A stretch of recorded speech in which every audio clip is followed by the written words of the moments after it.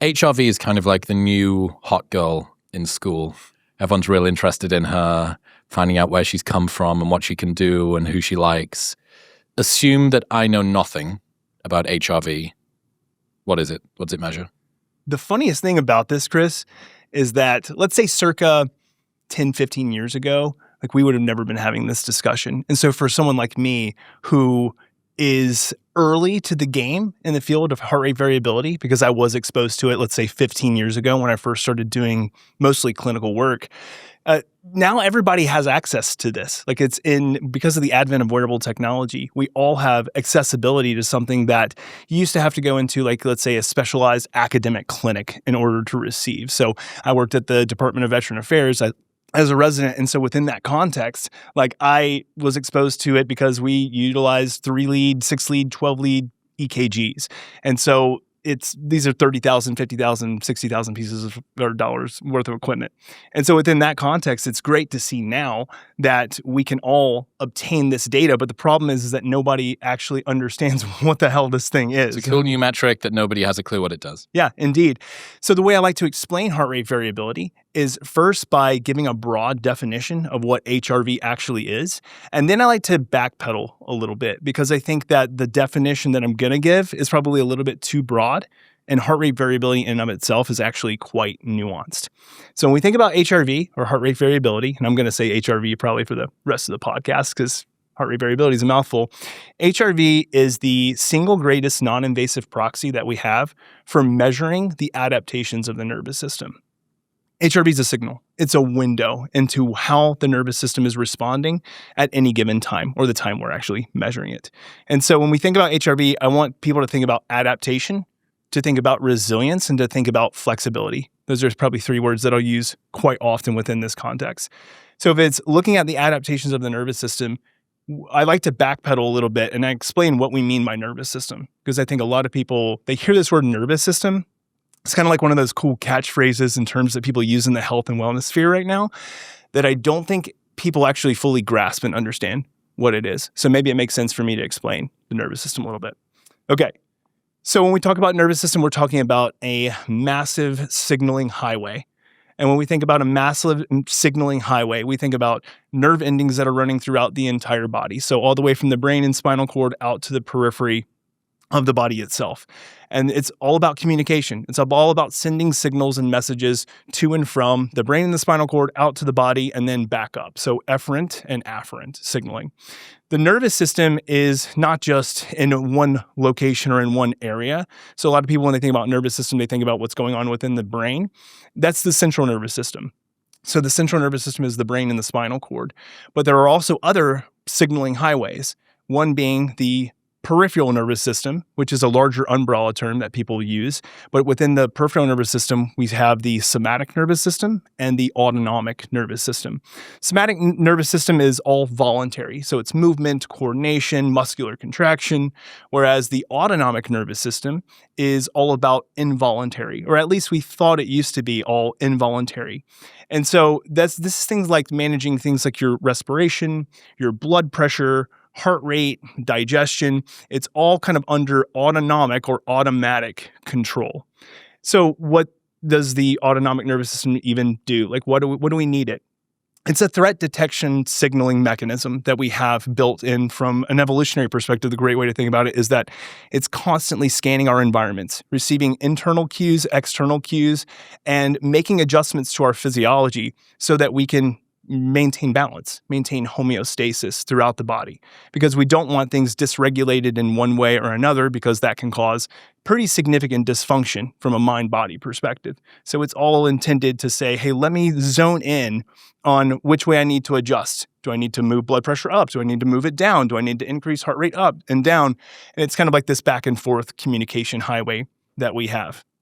When people think about the nervous system, they think about it being either like the stress response or the relaxation response. And it's actually a bit more nuanced than that even.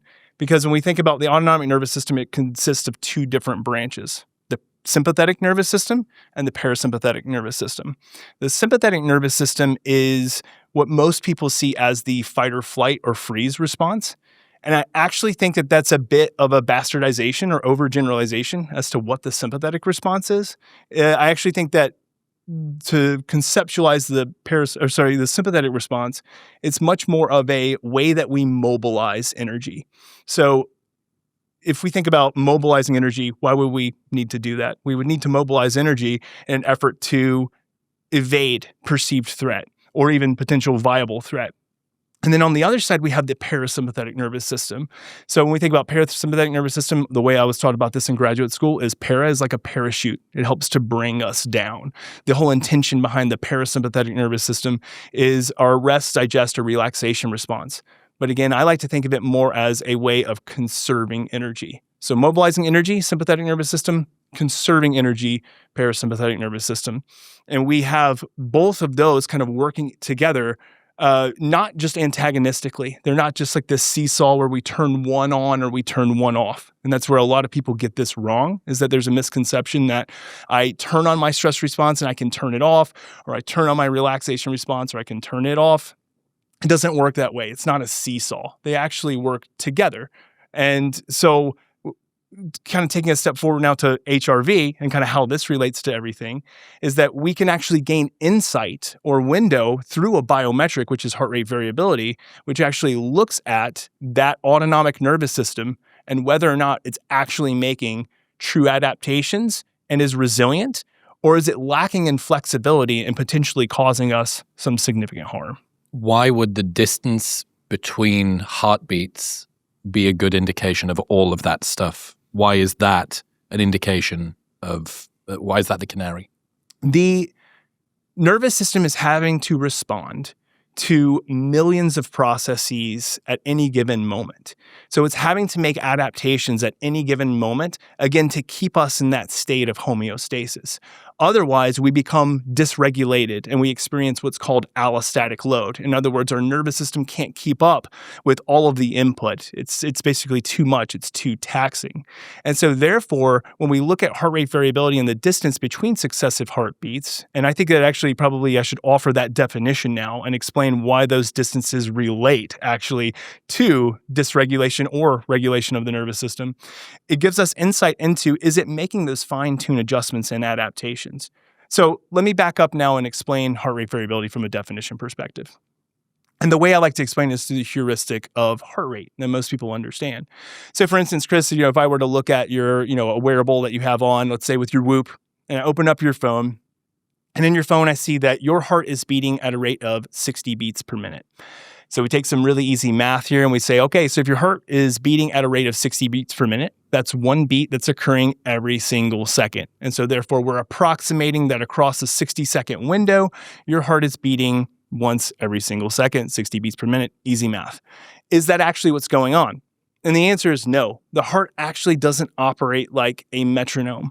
When the heart starts to operate like a metronome, that's actually when we run into some struggle, when we run into trouble, because the thermostat is starting to adjust to say, there's a lot of chaos that's going on right now.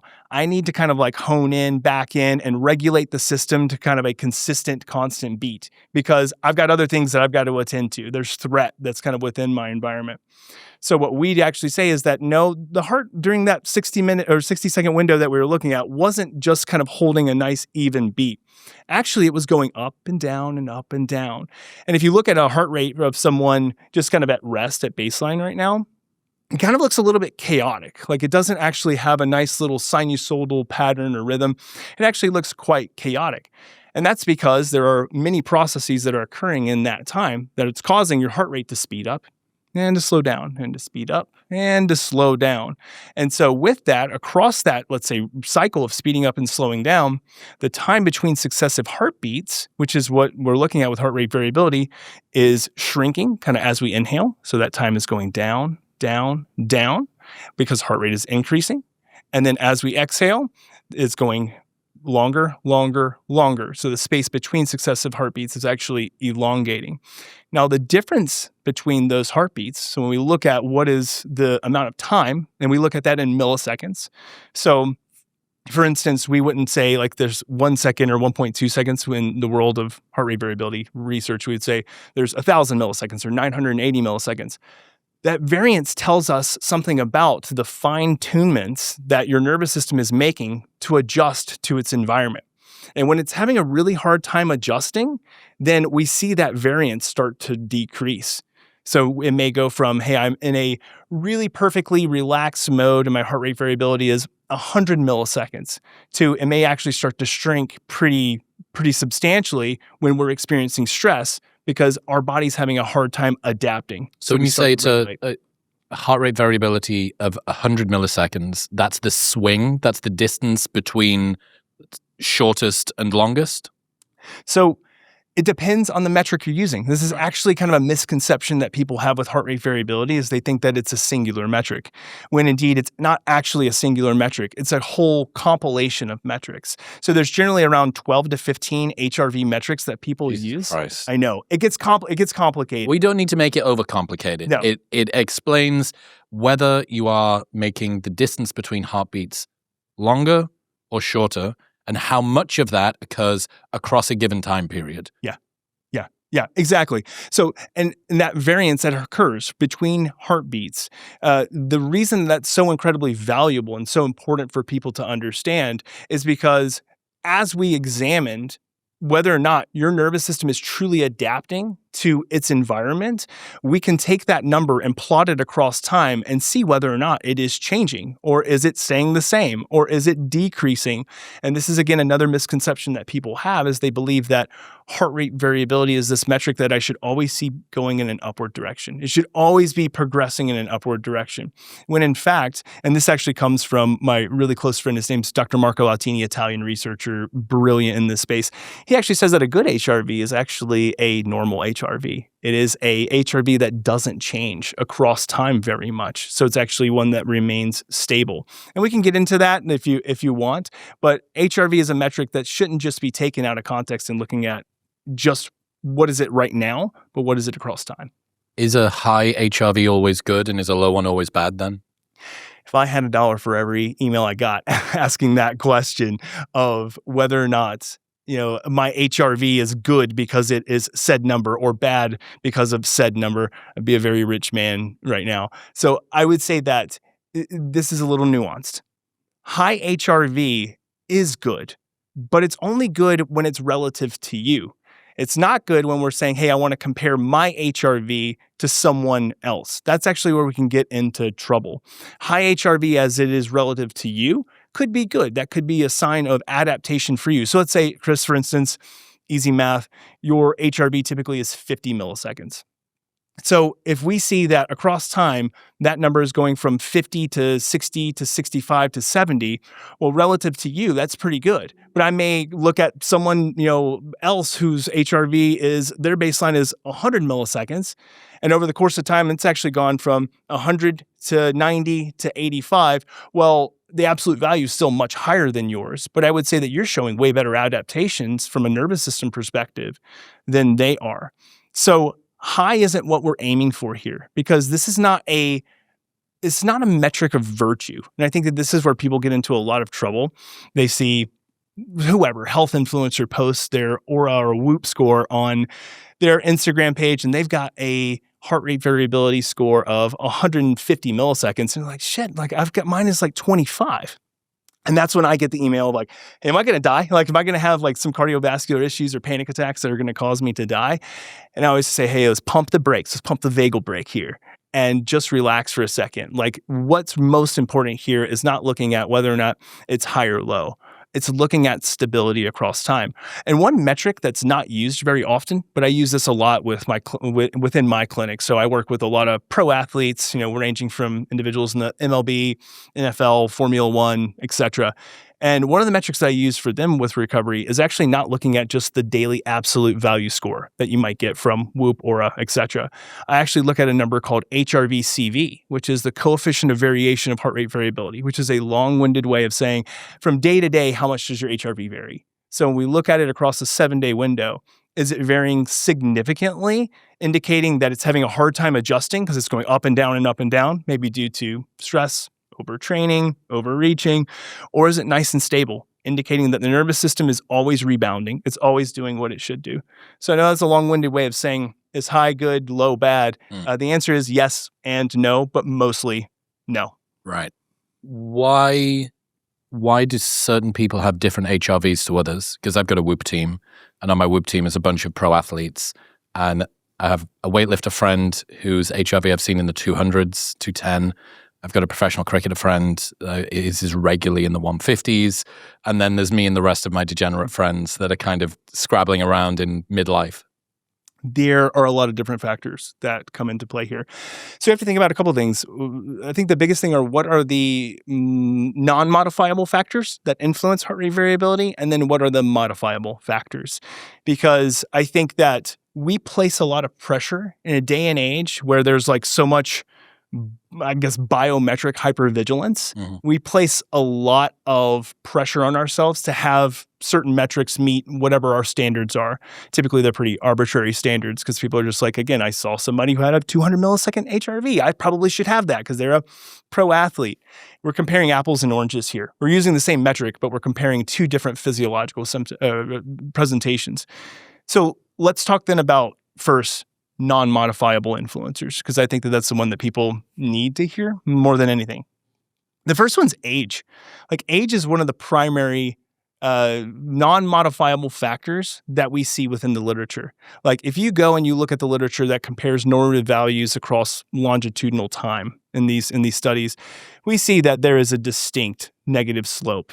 And one of the things that's happening is that generally around ages 40 to 50 or so, or even like in the mid 30s, we start to see a pretty steep decline in baseline heart rate variability. This is due to a lot of reasons. I mean, we have things like autonomic efficiency is reduced. So the ability to kind of like actually handle stress is reduced, likely due to compounding stress, and we're just disillusioned by like all the stuff that we've experienced in life. The second is like vascular stiffening. So as we get older, we actually know that we have vascular stiffening, whether it be due to things like atherosclerotic plaque buildup or like the hardening of arteries, like that can occur. So we see this steep decrease. The great news, though, is that even though we see declination in HRV across kind of the longitudinal studies in regards to age, we actually know that the ceiling for HRV isn't reduced. And so what I mean by that is that just because it declines doesn't mean that we can't increase it, and doesn't mean that there is some ceiling that's like, okay, once I hit 60 years old, I'll never get over 30 milliseconds. So that's the good news. So age is one non-modifiable factor. The second one would be genetics. And I guess given kind of advances in technology like CRISPR and stuff, people might argue that you can now influence this aspect. But I would say that currently with what we have, we cannot influence it. It's just genetics. Like some people are actually just born with a genetic predisposition towards lower heart rate variability. So when we look at twin studies on heritability of these genes related to cardiovascular structure and nervous system structure, like we find that there is a pretty moderate to high influence of genetics on HRV. And kind of as a story, like I see this all the time with my pro athletes actually. Like I'll have a pro athlete come into my clinic, and I'll have one come in who's an Olympic sprinter who is in the best cardiovascular condition that you could ever imagine. VO2 max like out the roof. But his actual HRV is like in the 30s, 40s. And then I'll have another guy, like an NFL, let's say, lineman, who maybe isn't in the highest degree of cardiovascular shape, but it's still in good shape to be able to take on all that they do. And genetically, they just have a high predisposition towards high HRV, and it's in the 150s, 160s. And so it's like, okay, is one healthier than the other because one has a higher HRV versus low HRV? And the answer is that we have no evidence in the literature to suggest that HRV should be seen, that number, absolute value, should be seen as a longevity metric. Before we continue, I am a massive fan of reducing your alcohol intake, but historically, non-alcoholic brews taste like ass. You don't need to be doing some big reset. Maybe you just want to crack a cold one without feeling like garbage the next morning, which is why I am such a huge fan of Athletic Brewing Co. They've got 50 types of NAs, including IPAs, Goldens, and even limited releases like a cocktail-inspired Paloma and Moscow Mule. And here's the thing, you can drink them anytime. Late nights, early mornings, watching sports, playing sports, doesn't matter. No hangover, no compromise. And that is why I partnered with them. You can find Athletic Brewing Co.'s best-selling lineup at grocery or liquor stores near you, or best option, get a full variety pack of 4 flavors shipped right to your door. Right now, you can get 15% off your first online order by going to the link in the description below or heading to athleticbrewing.com/modernwisdom. That's athleticbrewing.com/modernwisdom.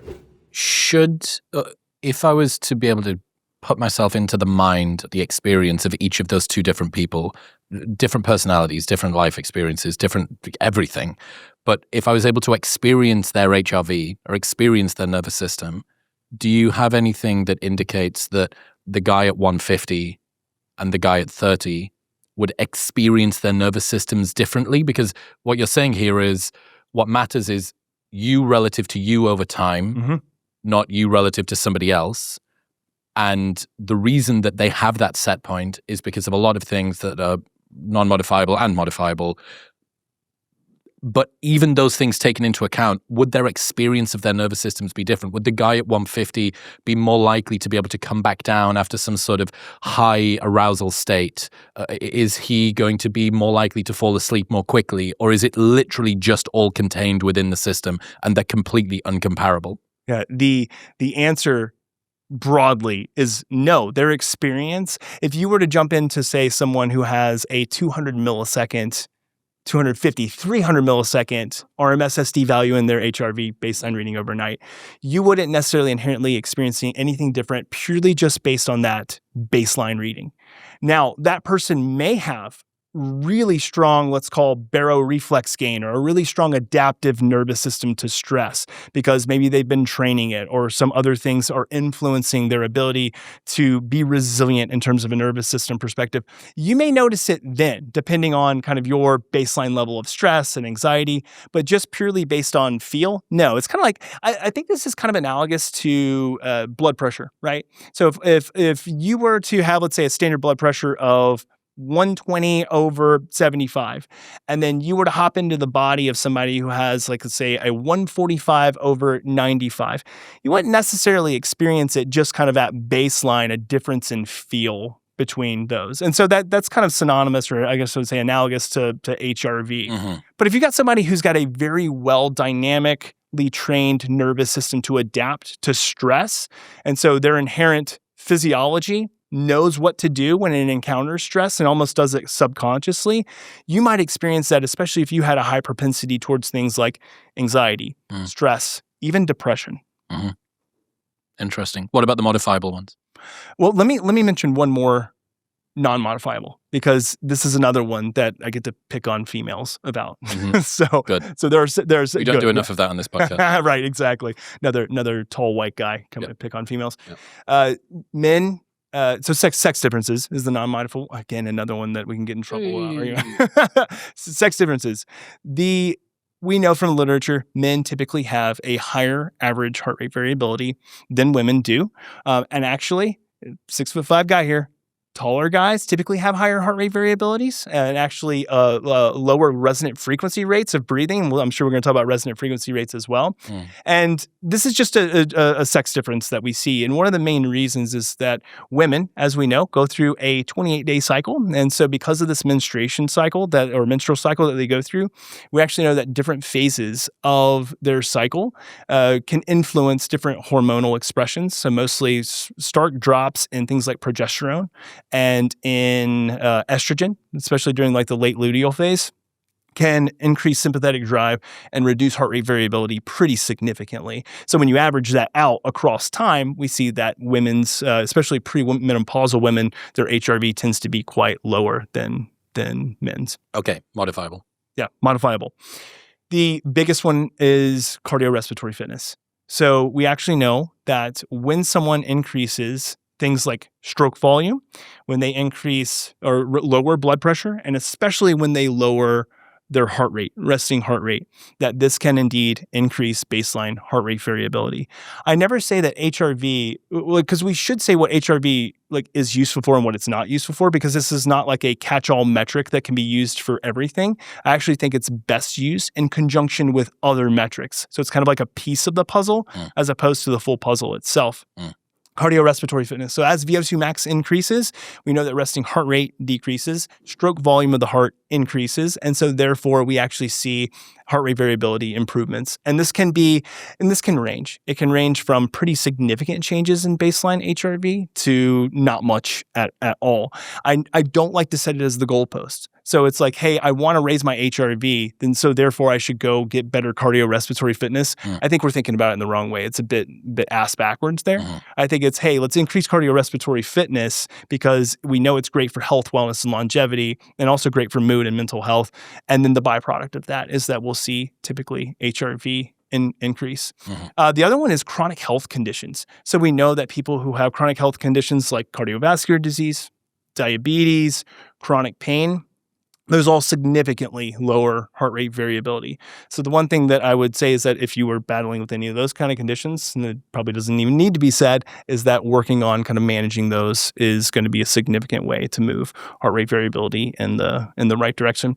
And then the last one, which is probably what I'd argue, and I'm a little bit biased on this, and is the most important, is just overall stress load. Like if you are someone who is like the typical person in today's day and age, especially Americans, is that we are freaking stressed all the time. And this chronic buildup of stress over time then results or equates to a nervous system that becomes way more rigid, way less adaptive. We're not able to actually have these things that we encounter on a day-to-day basis bounce off of us as easily. And so therefore, we kind of retreat to just kind of this chronic state of stress where we're on high alert, scanning the environments for threats nonstop. And that has a net negative compounding effect on us. And so I think that if there's anything that people could do is just creating better adaptability to internal and external stress. Okay. What doesn't it measure? What does HRV not measure? Yeah. HRV is not a measure of direct stress. I think a lot of people will think of, oh, I see HRV and that's how stressed I am. Right. And so therefore then I should... You did just say something that sounds a lot like HRV would be a direct measure of stress. Okay. But I can backpedal a little bit and say what I say there. So, and I think you're talking about me saying how do we improve it is by helping to... If you are more stressed, therefore, over time, your HRV is going to decrease. Yes. Therefore, my HRV has gone down. I must be stressed. Right. What I should say is that when I think about stress, I'm thinking about the psychological construct of stress. And so there's physiological stress and psychological stress, and both of them actually manifest in the body the same way. I don't look at HRV and say, like, so for instance, if I put a strap on you and I said, okay, let's measure Chris's HRV right now. And it's a singular reading. Now, I know a good bit about your HRV, but let's just say I didn't know anything about your HRV. And I looked at that data point. What could I tell you about your stress response? The answer is I could tell you basically nothing. One singular reading outside of any context in regards to HRV isn't a signaling window to me telling you I can see how, on a spectrum, how stressed Chris is. I can't gain that. Now, over time, I can say HRV is showing me how well you adapt to stress, how flexible you are to stress. Not how stressed you are, but how adaptable to stress you are. There's nuance there. So there's a difference between those two. So I can't just take that absolute value and number and say, okay, I'm at a 50 milliseconds this morning when I took my HRV reading, and so therefore, like, I know that I am stressed. And so when people try to tap into that as a, hey, I'm going to use that as the guide, it sets them up for disaster, because then we have this nasty unwinding, like, self-fulfilling prophecy of people looking at these data points, and especially without context, just looking at singular data points, and then using that to drive decisions. Because one reading of HRV should never be used to drive decision-making. Okay. It seems to me at the moment that our ability to measure HRV is significantly better than our understanding of how to influence it. We've been given a ton of really great tools, and you can wear your Oura or your Whoop or your Apple Watch, and it will give you this reading. And yet, almost no one really understands what it is. It's kind of a complex metric. It's not superbly simple. It's taking you half an hour to kind of deconstruct what it means. And I think if you were to ask most people, even Whoop wearers, your HRV, if I told you that you needed to increase it by 5% next month, what would you do? Sleep more, maybe. They'd say something like that. I know that it's to do with stress, so I'll try and be less stressed, whatever that means. maybe I'll try and become fitter or something, but directly influencing HRV and sort of what the constituent parts are. So yeah, at the moment, it does seem a lot like people have got the ability to detect it, but aren't yet able to influence it. Yeah. I want to give credit where credit's due. It's like these wearable companies, so fill in the blank, Whoop, or Python, Apple, all these great wearable companies that are out there that people are leveraging. I think I heard like the last stat was like 40% of Americans, I think, or maybe like even close to like 50%. Form of a wearable. Have some form of wearable. So we're all getting this biometric data. The problem is, and so much frustration starts to arise when people wake up and they say, well, I have this data point here that's supposed to drive some level of self-awareness, but it's not necessarily driving any type of action. And I think that's where people can get frustrated. So you tell me that my nervous system is dysregulated. You tell me that my sleep is poor, but now what do I do about it? So in that sense, I think that diagnostics have really kind of outpaced the interventive side of what we can actually do. And so part of me is like, well, now I think it's time to bring to the light like things that people can actually do that have been proven within the scientific literature to help you make these adaptations to the nervous system so that we can, again, take all the great data that we get from wearables. We can leverage that data, but then use it kind of in a way that's applied. And actually, one of the things that I like to say is that HRV is best used in an applied real-time setting. And I think that's actually where most people don't have an understanding and then therefore probably not an appreciation for HRV as much as they should because they've never used it in an applied real-time setting. You wake up the next morning and your Whoop gives you a score of what you had last night, and maybe you can work out that you did something yesterday. I mean, if you had a beer before you went to bed, okay, there we go. That's associated in my journal or whatever. But yeah, you're right that everybody has this number that kind of appears and feels almost at the mercy of it. It's down again. I guess I'm not doing something right, but the ability to intervene isn't as educated. Okay, so one of the things that we've kind of hinted at is that there are ways that you can state change and ways that you can trait change. So there are sort of immediate, acute ways that you can intervene.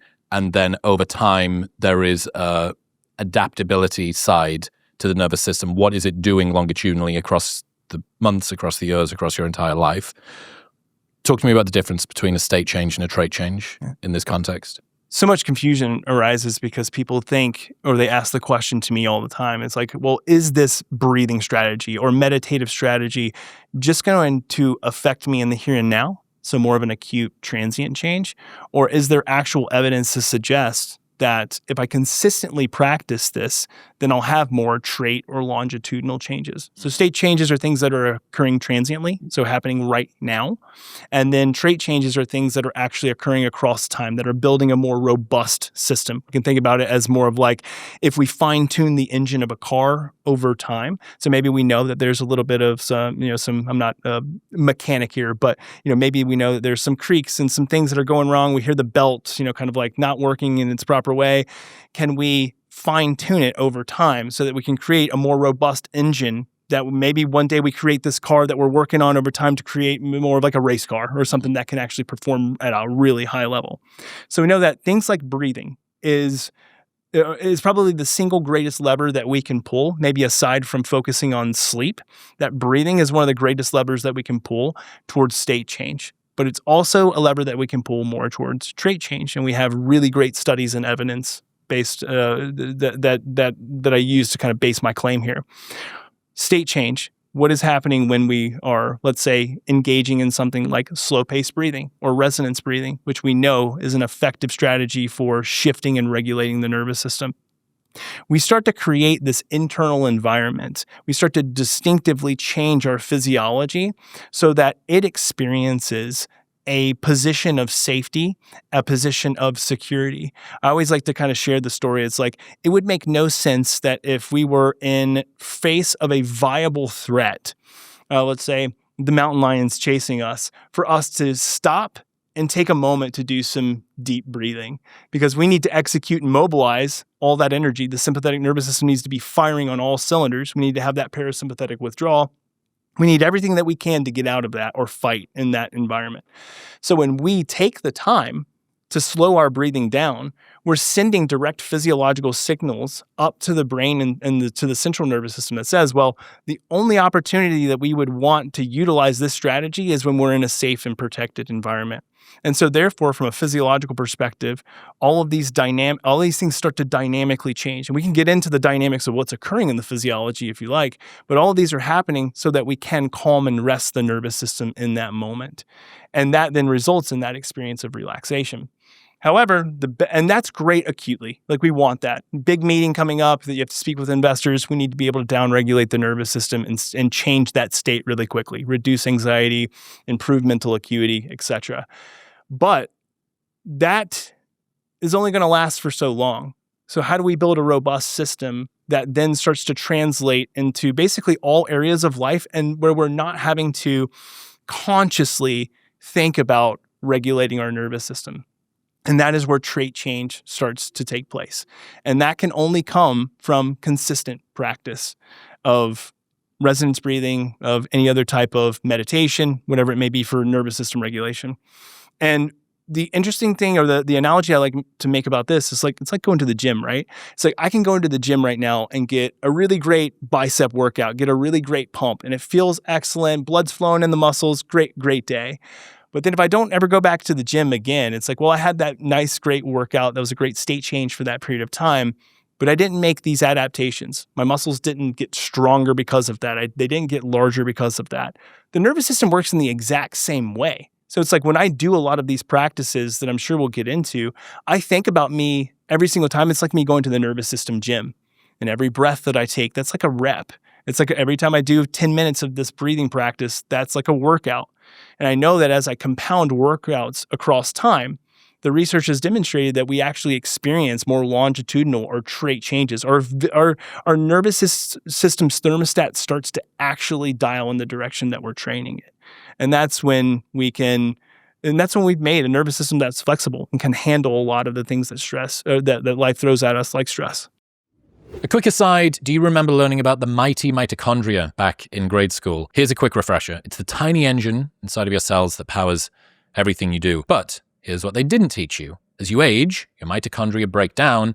That's what can cause you to feel tired more often, take longer to recover, and wake up feeling like you're never fully recharged, no matter how long you sleep. I started taking Timeline nearly 2 years ago because it is the best product on the market for mitochondrial health, and that is why I partnered with them. Timeline is the #1 doctor-recommended urolithin A supplement with a compound called MitoPure. Basically, it helps your body clear out damaged mitochondria and replace them with new ones. MitoPure is backed by over 15 years of research, over 50 patents, and nearly a dozen human clinical trials. It was recommended to me by my doctor, and that is why I've used it for so long, since way before I knew who even made the product. And best of all, there's a 30-day money-back guarantee, plus free shipping in the US, and they ship internationally. Until the end of January, you can get 30% off a 1-month supply by going to the link in the description below or heading to timeline.com/modernwisdom30. That's timeline.com/modernwisdom30. How fast does our nervous system actually respond to these interventions? You do the thing. Let's say that someone's about to go into a meeting and they're feeling nervous and they do some resonance breathing. How quickly does their nervous system actually adapt? Not adapt, how quickly does it respond? A lot of it depends on how long they've been doing it and how consistently. But let's take it from this person's never heard of resonance breathing. They've never done a single resonance breath. And I know we have to unpack what resonance breathing actually is, but let's just say they've never done it, okay? Their nervous system will begin to respond. So vagal firing, the 10th cranial nerve, the vagus nerve, will begin firing almost instantaneously. And so within seconds, they'll start to make these really beautiful oscillations in their heart rate. They may be small initially, but within seconds, it starts to respond. Funny thing enough is that the parasympathetic nervous system, so again, the parachute brings us down, the relaxation response, works much faster than the sympathetic nervous system. So it'd be surprising given that you think someone fires a gun or a lion comes at you, the sympathetic would turn on very quickly. Yeah. You're saying that the opposite is true, that the parasympathetic is even quicker. It's even quicker. And it's so it's not to say that the sympathetic nervous system isn't fast. Right. It's really fast. However, the parasympathetic nervous system is much faster because when we think about the vagus nerve, which is our wandering nerve, it innervates basically every part of our body and sends communication up to the medulla in the brain, which is like basically a control system of our central nervous system. It responds immensely quickly. And one of the fastest ways that we can shift that state is just breathing. So for you, within a single breath, you can actually start to enhance that vagal activation, which is a pretty incredible feature that we have as human beings, is to be able to use something as simple as our breath to adapt that quickly. Well, because you can't go to sleep right now. You said one of the other ways is to work on sleep. Got it. I can't sleep right now. Yeah. But I can breathe right now. Yeah, you can breathe right now. And the thing is, too, is that you can do it in a controlled environment where nobody's watching you and you can be using a device or an apparatus. Great, you can do it that way. But you can also do it, in an environment where there's plenty of people and no one's really knowing that you're sitting there regulating your nervous system. I've been trying to do it here, since we've been talking. It's just slow the pace of my breathing down. Because as people probably hear, I tend to get quite excited and I can talk fast. So when I slow my breathing down, that can actually increase my overall mental acuity. And then therefore... Why does it increase mental acuity? So that probably takes a little bit of time just to explain the science behind this. And you can kind of slap me if we're going a little bit too much. Keep it simple. Okay, we'll keep it simple.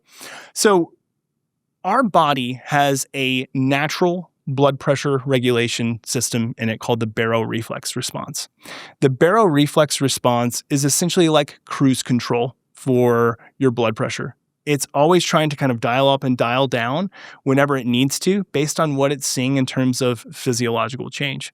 That baroreflex mechanism is what bridges the gap between our autonomic nervous system and our cardiovascular system. So it's kind of that bridge or pathway for communication. When our baroreflex is not working like it should, so let's say we're experiencing some nervous system dysregulation. What happens within the baroreflex mechanism is that it essentially will identify changes in blood pressure, and then immediately it will try to overshoot to course correct, because it basically is like, I'm on high alert. I'm going to send the signal to the nervous system that we need to really course correct. It's like a great example of this is the older cars with cruise control. When they first came out with cruise control, they were really crappy at actually doing what they're supposed to do. So the speed would modulate 5 to 10 miles an hour, and then the engine would just abruptly shift and would overshoot. Now we're going 5 or 10 miles over. Whereas the newer cars, they have better baroreflex gain, because a mile an hour over and it adjusts nicely and smoothly. So you can imagine that when your nervous system is dysregulated and you're having all of these overshootings of blood pressure that are occurring, it causes a lot of different dynamics in terms of how we feel. Increased heart rate, blood rushing kind of to places really quickly. When blood pressure goes up, you may not be able to necessarily feel it if you don't have a high level of interoception or feeling of the body. But if you do, then you can kind of notice how it impacts mental acuity for the most part. So why does it impact mental acuity? Is that baroreflex response, when it becomes quite dysregulated, it changes basically blood flow dynamics and vagal firing dynamics, which can cause that stress response to become quite heightened and almost unruly and uncontrolled, which basically will start to flood our nervous system to think that there's a threat that's within kind of distance of us. And so therefore our mind is now trying to pursue all the different ways to kind of fight or flee and get out of there, as opposed to kind of locking in, getting into this nice deep flow state where blood pressure is really nicely managed in the way that it should be. So if you think that there's a lion over your shoulder, now is not the time to remember the speech that you're trying to present in 20 minutes. You're not recruiting your mental faculties in order to be able to do that. You're busy worrying about this imaginary tiger. Yeah, and the problem though is that the tiger may be all the people in front of you. Am I going to embarrass myself? Am I going to get into a situation where I don't land the deal, or I don't say things the way that I'm supposed to? And so now it's all this. It's not a viable threat. It's a perceived threat, but it's having the impact on your physiology and your mental acuity like a viable threat would. Okay, how about actually changing the underlying nervous system adaptation then? We've talked about kind of the state change. What about the trait change? How long does that take to actually get someone's nervous system to adapt and move over time? Yeah. This is all going to come from the literature on resonance frequency biofeedback. So resonance frequency is kind of a long-winded way, or a very kind of complex way of saying, is that we can modulate our breathing, like the speed of breathing, which is frequency, kind of how fast we breathe, to create physiological resonance in the body. The resonance from a physiological perspective is when two or more systems are oscillating at the same speed. So they're working in synergy with one another. They're oscillating at the same rate. So when we do something like resonance breathing, which was coined by a guy named Paul Lair out of Rutgers Medical School, who found that breathing at certain paces, and for adult humans, this is generally from 4.5 breaths per minute as to high as 6.5 breaths per minute.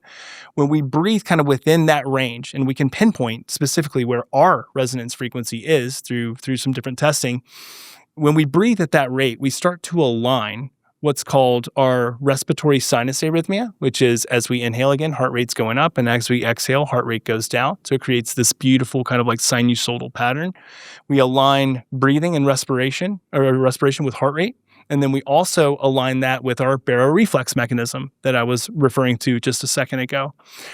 When you do one single session of resonance breathing, you can start to make those initial adaptations at about minute 6 to 12. So sweet spot is probably around minute 10 or so from the literature. When you do that consistently, so in the research studies, when they've looked at different cohorts where they've compared that type of breathing, resonance breathing, they've generally found that breathing for 10 minutes at the resonance rate around 4 to 6 days a week actually led to trait changes of the autonomic nervous system in as little as 4 weeks, as much as 12 weeks. Mm-hmm. So kind of like split the difference, about 8 to 10 is when we really see people start to make those changes. What was the mean change? Do you know? And when you say mean change, average, what was the average change increase? 5%, 1%, 10%? Yeah. And are we talking about heart rate variability?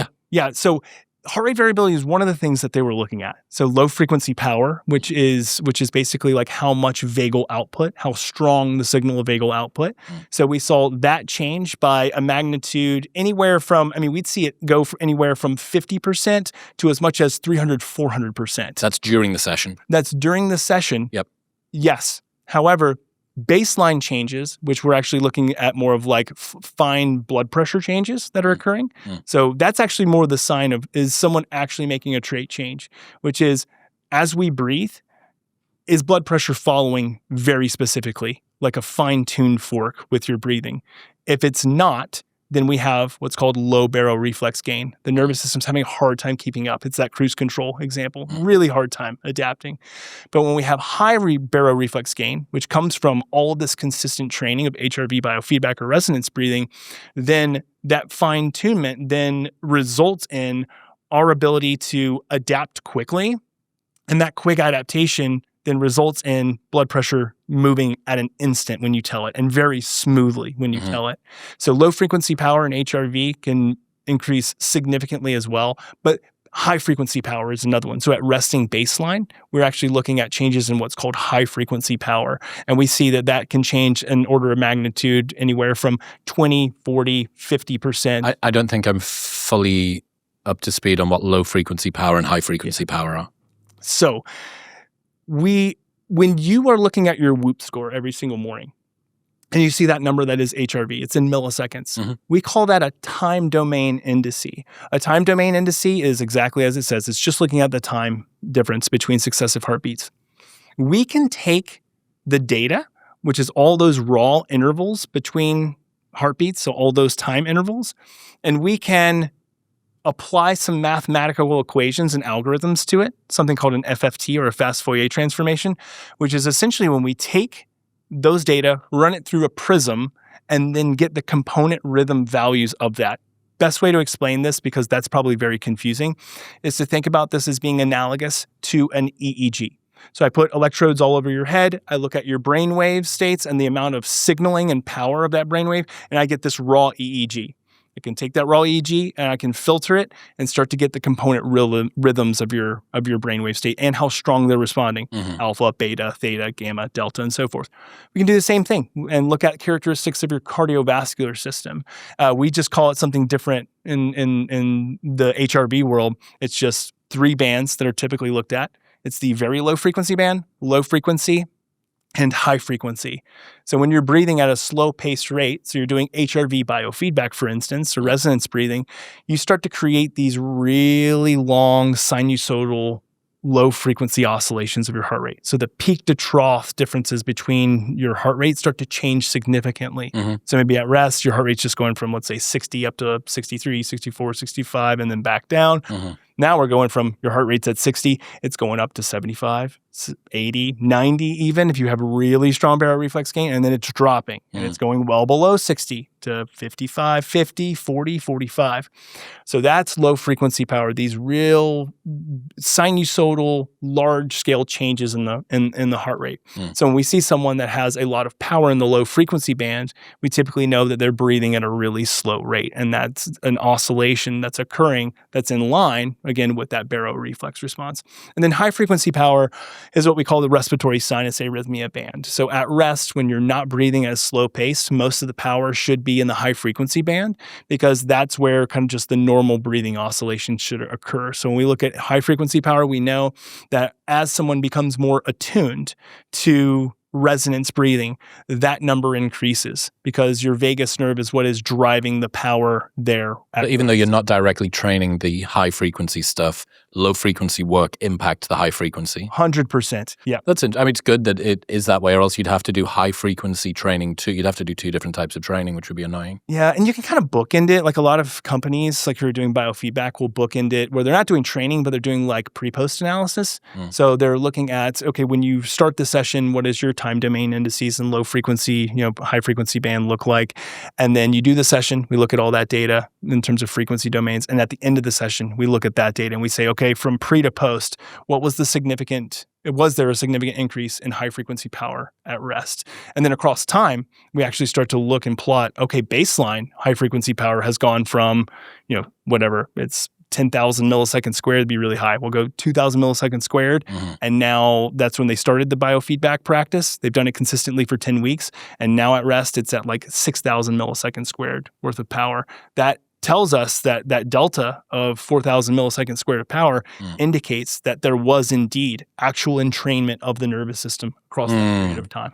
This episode is brought to you by Shopify. Look, 2026 is the year that you're finally going to launch that business you've been thinking about for ages. Because, as you've heard me harp on about, making a to-do list for the thing isn't doing the thing. Telling people you're going to do the thing still isn't doing the thing. But here's the good news. Shopify makes it unbelievably easy to actually do the thing. They make it very simple to create your brand, open for business, and get your first sale. They've got thousands of customizable templates, so all you need to do is drag and drop. You don't need coding skills or design skills. You can manage things like shipping, taxes, payments, all from one simple dashboard. And when it comes to converting browsers into buyers, they are best in class. Their checkout is 36% better on average compared to other leading commerce platforms. And with Shop Pay, you can boost conversions up to 50%. Shopify takes all of the messiness of running a business off your plate so that you can focus on the job that you came here to do, which is designing and selling an awesome product. And right now, you can sign up for a $1 per month trial period by going to the link in the description below or heading to shopify.com/modernwisdom, all lowercase. That's shopify.com/modernwisdom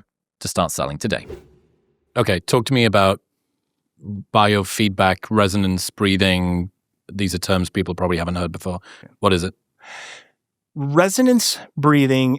And here's the one thing too that I'll mention. And in an effort not to be too much of like a contrarian curmudgeon, who like that alliteration there. In an effort not to do that, I will say that I think that there's been a bit of a disservice in that resonance breathing in and of itself has not seen the daylight yet in the health and wellness sphere. And I'm glad that we're having this discussion and bringing it to light, because I honestly think that as far as breathing strategy goes, it's one of the most overlooked forms of or interventions that we have for dynamically shifting the nervous system. Well, everybody does. But most people are familiar with breathwork. Yeah. almost everybody has done some form of it, even if it's just they use Waking Up with Sam Harris and he tells you to take a breath in and a breath out at the very beginning, something like that. Yeah. All the way up to they've gone to do a breathwork class, they've tried Wim Hof, they've done holotropic stuff, maybe they've done slow-paced breathing, maybe they've done box breathing, 5-5-5-5, maybe they've done some other version of this, whatever it is, the 7-3-8-3 circle or whatever. But this is kind of taking it to a bit of a different level. Yeah. What we don't have in the literature is that those other breathing strategies that you used, and this is, again, I don't want to push back too hard on this whole field of breathwork. I do have some gripe with the general field of breathwork that I can talk about, but I don't want to be like, I don't want to over-index on saying like all of it's bad. I just think that a lot of it's just been, people have taken way too much advantage of it. The one thing that all those breathwork practices that you mentioned don't have are robust studies demonstrating trait change. They're just not there, at least to my knowledge. Now, I'm more than willing to wave the white flag if that comes out and be a proponent of those types of strategies. If we see later down the road that they indeed are effective, not just in changing people's state change, but are actually like going to change people's inner workings of their nervous system adaptation. Well, I think a lot of people, when they're doing breathwork in that manner, they're not even necessarily thinking about the trait change to their physiology over time. A lot of people are using breathwork as a state shift. In fact, I think State Shift is one of the biggest breathwork apps. Yeah. And they're using it to get themselves more energized and alert or calmer in the moment. Or they're using it to bypass a few blocks in their psychology to allow them to access emotions that maybe they've been struggling to deal with, to do some kind of a release, to work with a practitioner to help them through kind of the level 0 of the psychedelic pyramid. Includes you using breathwork to kind of just alter your experience of the world a little. And I feel a bit different about talking about that problem now, or that relationship stress that's been weighing on me for a little while. It's come out and I've not been able to stop it, and that felt cathartic or whatever. I don't think most people are thinking about this is a real physiological hypertrophy training for my vagus nerve input. Agreed. And there's nothing wrong with that. So just to be clear, I think that if someone is utilizing some type of proprietary novel way of nervous system coaching or breathing or breath work, if they're doing it because I want to have this state change, I want to experience some relaxation, I just want to be relaxed for an hour. Yeah, totally fine with it. Now, are they going to necessarily experience the continued downstream effects? Maybe, but we don't necessarily have the research to suggest that many of these more novel practices do indeed have these longer term trait changes. I mean, even something that like is being talked about a lot today in the health and the wellness sphere in terms of breathing, which is the physiological sigh or cyclic sighing, doesn't necessarily have the robust research, like definitely doesn't have the robust research that resonance breathing does on longer term longitudinal or systemic change in the nervous system. It would not surprise me that for the people who aren't Huberman pilled, that sort of big breath in, top it off, and then blow out through typically pursed lips. Yeah. How many times are you doing that to think, oh yeah, if I do this twice a day, it's 2 breaths, dude. Right. Like it really is the time and attention sufficient to do that. Okay. Your disclaimer about the potential problems with the fucking world of breathwork are out. Talk to me about resonance breathing and biofeedback. What is it? Why does it work? How do you do it? Yeah. So biofeedback was discovered back in the 60s, 70s, and it was initially discovered by a lot of Russian physiologists who were actually studying space exploration and trying to get the Russians up to space. And so therefore they were looking at, well, how do we ensure that we get these astronauts in the best physiological shape that we possibly can? And so they just started measuring everything. They said, we're going to measure every single metric that we possibly can. And then they came across and said, well, actually, now that we've measured it and we have seen, because this is when they came across heart rate variability, that there's these interesting characteristics of people's nervous systems that I think we're looking at when we look at HRV, but we don't really know for sure. The only way to test that really is to start introducing different interventions or start introducing different things that we see, in real time are actually moving the needle in terms of people's nervous system response. And so then back in the 60s, 70s, researchers here in the US started to team up with these Russian researchers. They said, okay, we see that there are dynamic aspects of the nervous system that we can measure here. We also noticed that when people breathe, something kind of weird happens with their HRV. Something weird happens with all these dynamics, but we can't fully explain it. So we should start to put it to the test. So they started to say, well, what if we manipulate that thing? What if we manipulate things like breathing? Can that then change how the nervous system responds in real time? And then later on, of course, the research says, can it start to respond that way in baseline, so where people don't have to consciously move the needle? And that's where HRV biofeedback was kind of like discovered. And the word resonance breathing, kind of like we were mentioning earlier, was something that was coined because we saw that, again, we're aligning these physiological mechanisms of breathing and heart rate and also our blood pressure regulation. When we can align all of those things at the same exact time, we start to create this beautiful symphony, this beautiful pattern, this great relationship. We start to see that instead of just the throttle of the gas pedal, so that sympathetic nervous system being kind of like modulated on and off, and the brake pedal being modulated on and off, just kind of at random, if you will. And by random, I mean because of physiology. We actually start to see that you can use breathing to do the brake in and out, so kind of like flutter the brake in and out at will. And so resonance frequency came along when Dr. Paul Lehrer said, okay, I see that there's these fixed characteristics of this baroreflex response, of this breathing response on heart rate and respiratory sinus arrhythmia. Let's see what happens like when we introduce this as a training protocol. And when they started to introduce this as a training protocol, and they published many studies on this, they found that, well, not only are we changing someone's physiology, but people are now saying, well, I feel a lot less stressed. I feel like I'm adapting better. I don't feel like stress is kind of like running over me as much as I can. I feel mood lifting, so less of that like negative emotional valence there. And so biofeedback has been around for quite some time. And many companies have tried to introduce biofeedback in a way that's consumer friendly.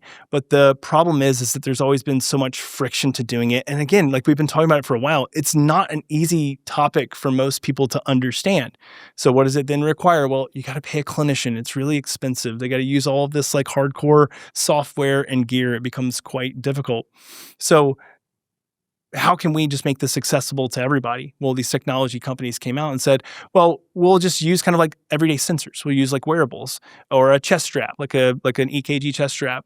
And then we'll just have you like breathe at this with this pacer in and out.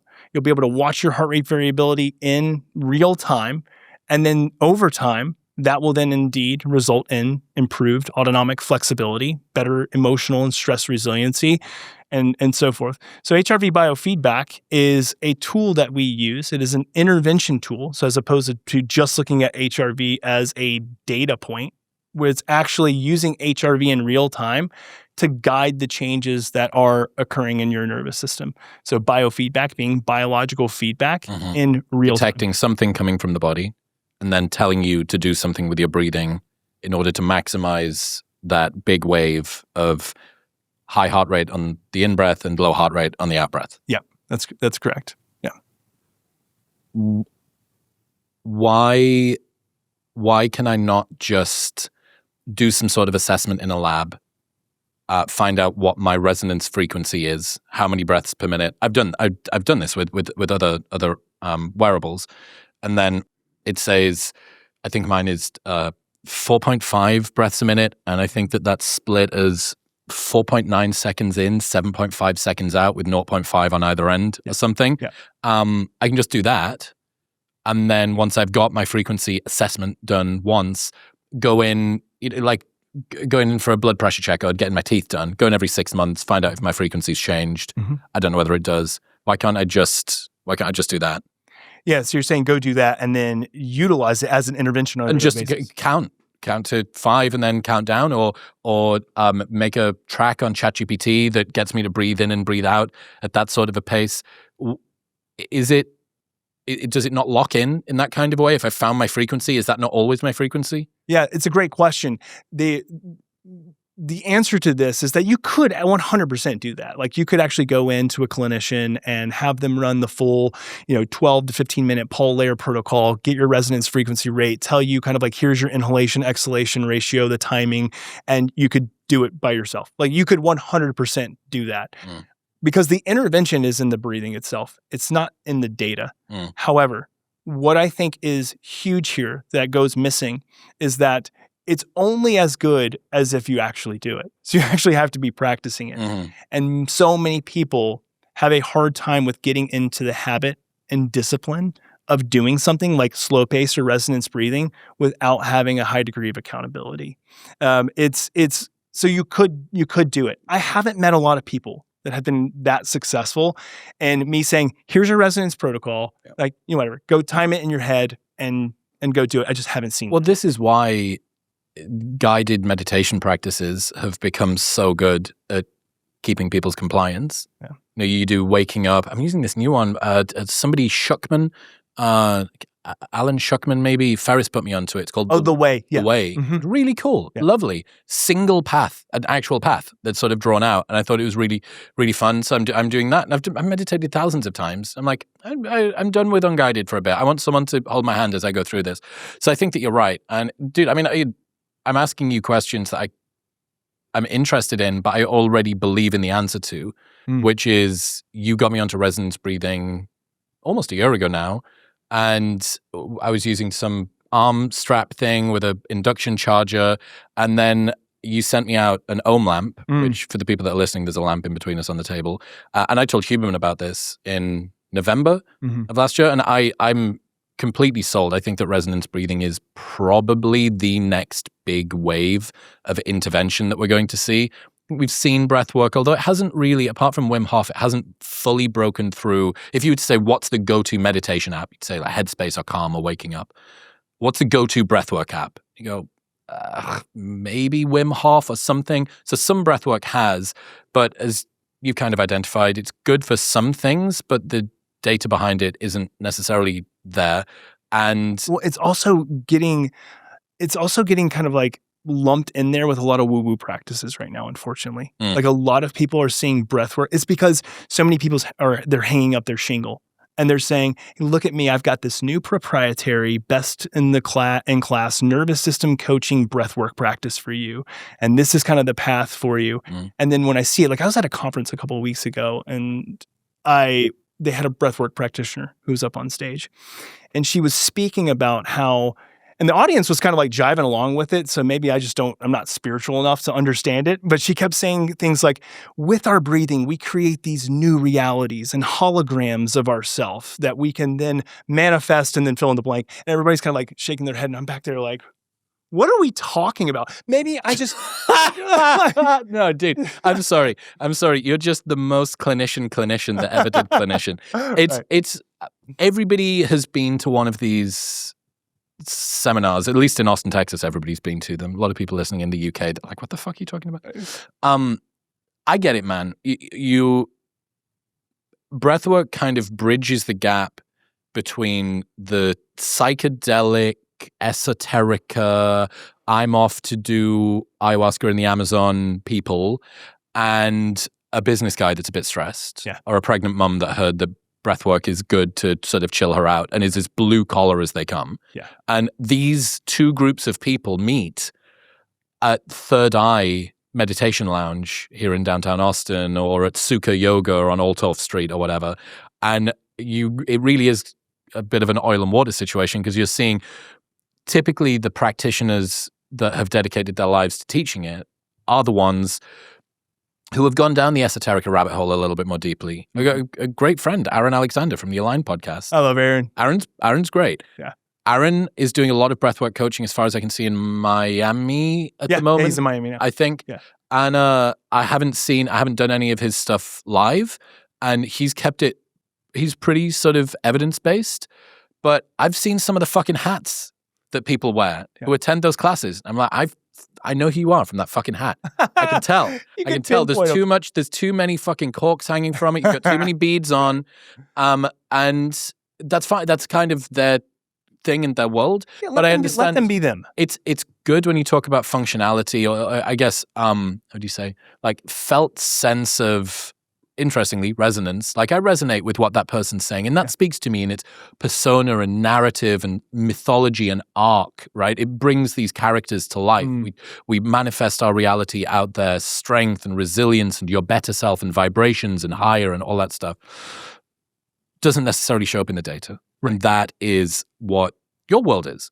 And I think in the same way as we had, even though there's been a lot of pushback, a revolution in lifting where evidence-based came through, well, what does the science tell us about the rep range and the pacing and the loading and the frequency and the rest and so on and so forth?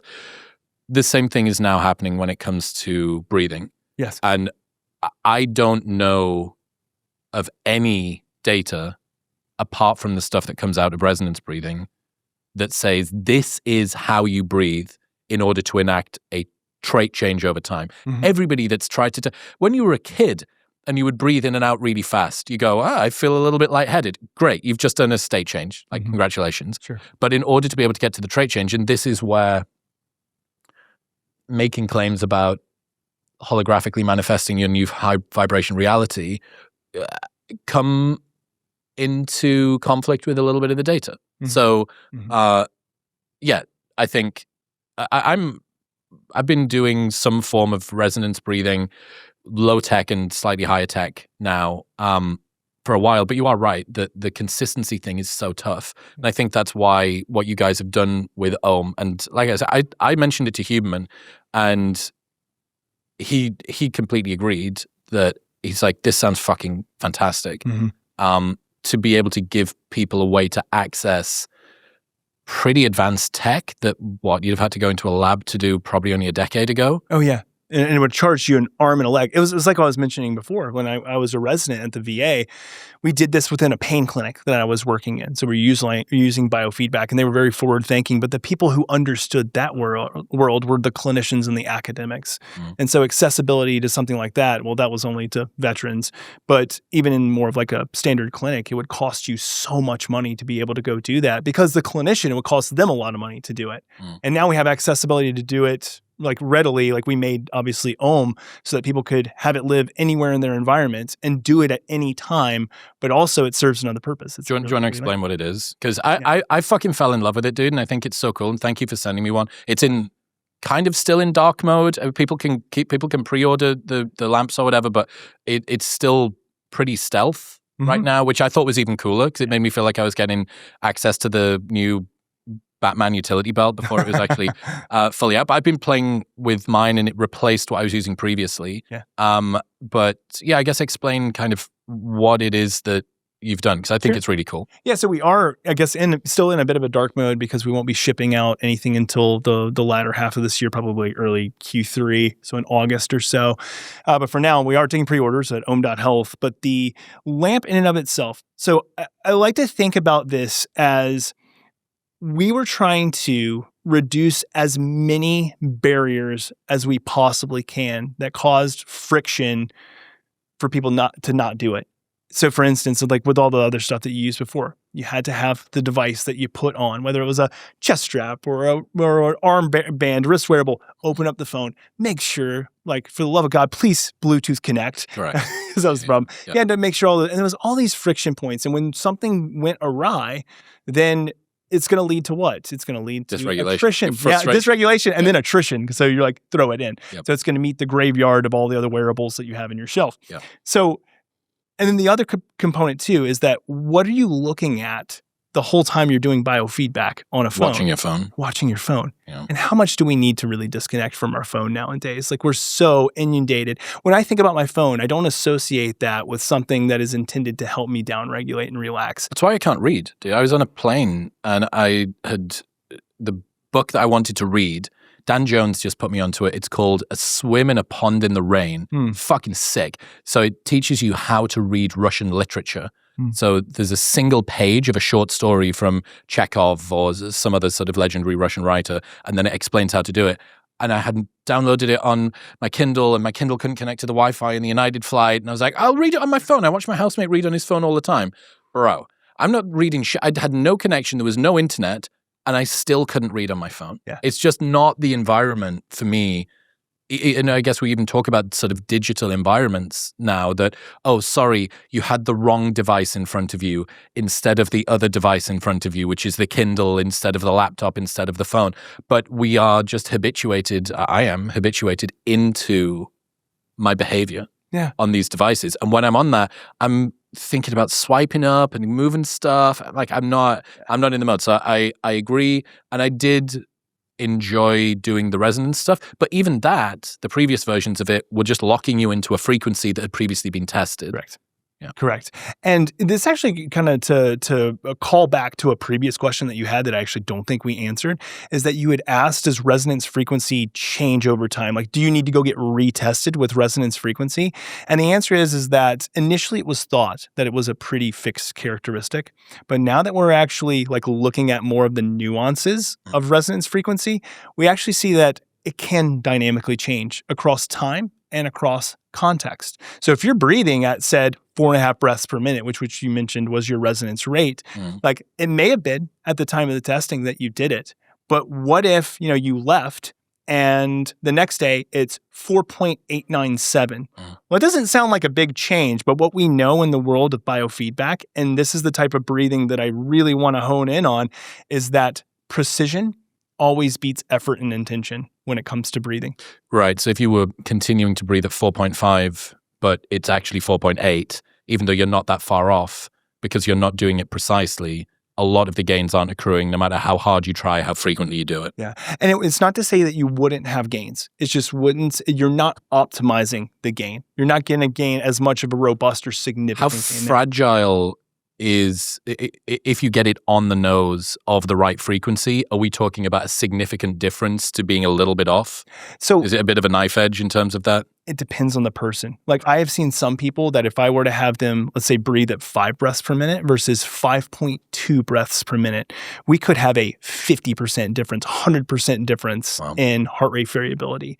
So precision matters. I mean, even with them breathing at 5.2 when their resonance rate was 5.0, they're still going to have net positive benefits. Slow-paced breathing, regardless of whether or not you're measuring it, has net positive benefits. But do we want to optimize those gains for that longer-term trait change? That is where precision is going to win. And that's where Ohm comes in, because we're not running you through, like it's a bit annoying to have someone say, okay, well, I want to know what my resonance frequency is. Now I've got to sit down and do this 12 to 15 minute tests where I do these 2-minute trials of breathing at different rates, and then we'll see kind of what heart rate variability looks like. Like it's a bit of a pain to do. And then hope that it doesn't change over time. Exactly. And then also too, it's just like when someone wants to use a product that's intended to help as an intervention to calm their nervous system down, they just want to use it right away. So they just want to lock in. So a lot of people will just say, well, I'm just going to breathe at 6 breaths per minute because that's easy. 5 seconds in, 5 seconds out, or 4 in, 6 out. Whereas what Ohm is doing is it is built with a immensely sophisticated algorithm, if I do say so. You wrote the fucking algorithm, dude. Don't fillet yourself on this fucking podcast. I know. Okay, so scratch that. It's just a really cool device. So the way this works is obviously, and for people who are watching, there's a stone that lives on top. And once you pick up that stone, it's a really good hand feel. So I mean, it's nice and heavy, and it's also warm. Have you noticed that? Like it'll actually feel warm, and it's got a sensor in it, a PPG or photoplasmography sensor in it, that when you hold it against your palm, immediately it's starting to look at all of the dynamic characteristics of your nervous system changing in real time. So looking at heart rate, looking at heart rate variability, and it's starting to map it, and it's starting to look at kind of those unique characteristics. At the same time, the lamp will start to oscillate just in an up and down direction. So as the lamp goes up, that's you inhaling. So you're supposed to inhale with the timing of the lamp going up. And as the light goes down, you're exhaling. And during that time, within the first few breaths, because we're looking at the unique characteristics of how your nervous system is shifting dynamically at that time to that breathing pace, we start to filter that data through our algorithm and start to pace you at your resonance rate. So you don't have to sit there and do a whole 12, 15-minute program. We're looking at it. And it's not just saying, oh, this is person's respiration rate or their resonance frequency rate is 6 breaths per minute. So 5-5, just throw it on 5-5. It's saying, no, we see it 6 breaths per minute. But we want, because of the characteristics of how their nervous system is changing, their inhalation is going to be 4.276 seconds long, and their exhalation is going to be, 5.834. I didn't do the math right there, but it's probably pretty close, actually. And we're going to take that all into consideration. What are we doing there? We're trying to maximize the output of those beautiful, slow sinusoidal rhythms of your heart rate that we know are dynamically changing how your nervous system is responding, making it more efficient at any given time. And we're watching it across the session. And if there are these kind of small, minute changes that your nervous system is telling us, we will adjust the ratio. Within the session. We'll adjust the ratio of the breathing. I've noticed that it does that if I sort of grab it, especially if I do a long session of sort of 20 or 30 minutes, it will start speeding up and slowing down. Yeah. Like the frequency of frequency will continue to change, which is pretty cool. So I guess one thing that a lot of people will be thinking is, I already do breath work in one form or another, and it makes me feel calm. Does that not suggest, is feeling calm not a proof of regulation in breath work? Because I usually feel chilled and actually sometimes a little bit spacey when I do resonance breathing, but I don't always necessarily feel super calm. I don't maximize calm. I've done breathwork sessions that have made me feel more calm in the moment. Sure. So is calm proof of regulation when we're talking about other breathwork practices or this? Yeah, I never refer to HRV biofeedback or resonance breathing as a relaxation tool. And that might be people like scratching their head like, what? But I thought the intention was to help. Just done 90 minutes on fucking becoming more calm. Relax. Yes. This is going back to HRV as being a byproduct number, right? Resonance breathing, producing a sense of relaxation for most people, most sessions, is the byproduct of aligning your nervous system. And so the intention isn't that I come in with resonance. And with biofeedback, I never come in with the intention that, hey, this is my opportunity to relax. I come in with it with this is my opportunity to train. I am training. That is my gym right there. That is my nervous system gym today. I'm hitting it. I'm getting in the reps because we know that this has a wide systemic effect on how I respond now and how I'll respond later and how it's translative to how I experience the world after this. And so for me, when I do it, slowing my breathing down inherently typically is going to make me produce a sense of calm. You may even feel sleepy. This is something that we use like with Absolute Rest. Look at Andy Galpin's company. Like we use this with everybody. Everybody does HRV biofeedback before bed because it can produce that huge level of vagal arousal, or what we would just say is like vagal stimulation. That brake is being put onto the nervous system, which can help you wind down and actually can improve so many metrics as it relates to sleep. This is a well-found and well-studied thing that we can do. But the intention again isn't like I'm going to experience relaxation. Maybe you will. Right now, I'm working on timing. I'm working on precision. I'm working on training that nervous system to align so that when I leave this controlled environment that I've trained on and I go out into the real world where I don't have this little thing, I want my nervous system to kick into high gear when shit hits the fan. If you struggle to stay asleep because your body gets too hot or too cold, this is going to help. 8 Sleep just released their brand new Pod 5, which includes the world's first temperature-regulating duvet. Compare it their smart mattress cover, which cools or warms each side of the bed by up to 20 degrees, and you've got a climate-controlled cocoon built for deep, uninterrupted rest. The new base even comes with a built-in speaker so you can fall asleep to white noise, nature sounds, or a little ambient Taylor Swift, if that's your thing. And it's got upgraded biometric sensors that quietly run health checks every night, spotting patterns like abnormal heartbeats, disrupted breathing, or sudden changes in HRV, which is why it has been clinically proven to increase total sleep by up to 1 hour every night. Best of all, they've got a 30-day sleep trial, so you can buy it and sleep on it for 29 nights. And if you don't like it, they will give you your money back. Plus, they ship internationally. Right now, you can get up to $350 off the Pod 5 by going to the link in the description below or heading to 8sleep.com/modernwisdom using the code modernwisdom at checkout. That's EIGHT sleep.com/modernwisdom and modern wisdom at checkout. Would it not be good for us to just always breathe at our resonance frequency? What would happen if I managed to do so many sessions that I would just walk about all day doing 4.5 in, 7.9 out? I find myself doing it just like instinctively. Like actually when I encounter, let's say I'm like in traffic or whatever, I actually will notice because of my immense amount of training doing this, because I do practice what I preach. I use this every day for a very long time and I have the app to prove it. You say that Brian Johnson's the current power user of this thing. Brian is killing it. I wish I could say it. Chris Williamson was. I'm Chris doing Williamson is fucking you're okay. killing it. You're killing I'm it. doing okay. Brian's killing Can you say how many hours a day he's doing? I don't know. I don't want to get in trouble. Okay, you think that's fucking He's doing a lot. He's doing a lot of time on the lamp. Yeah. Which doesn't surprise me. Yeah. Well, when you think about the areas that he's covering at the moment, one of the things I haven't heard him talk about much is moving it across into the more nervous system come psychological side of things. Yeah. And it doesn't surprise me that he's managed to find an evidence-based, highly metric sort of driven solution for something that could be a bit like fucking esoteric, wishy-washy. I mean, he did do psilocybin on live streams. So he did, which was pretty fun to watch, actually. I didn't watch it. You should watch at least some highlighting clips. I didn't. Okay, cool. Because it's like, I feel like it's a aspect of Brian Johnson's personality where you're like, I didn't know that was in there. Oh, I've seen enough aspects of his personality to know what's in there. Brian's a sweetie. I think he's fantastic and he's a good friend. That's great. Okay, I have a question. Let's say that someone is under chronic stress and that's caused them to have a dysregulated nervous system. Does that not suggest that because it was top down that caused the issue, that they need to go top down to fix it?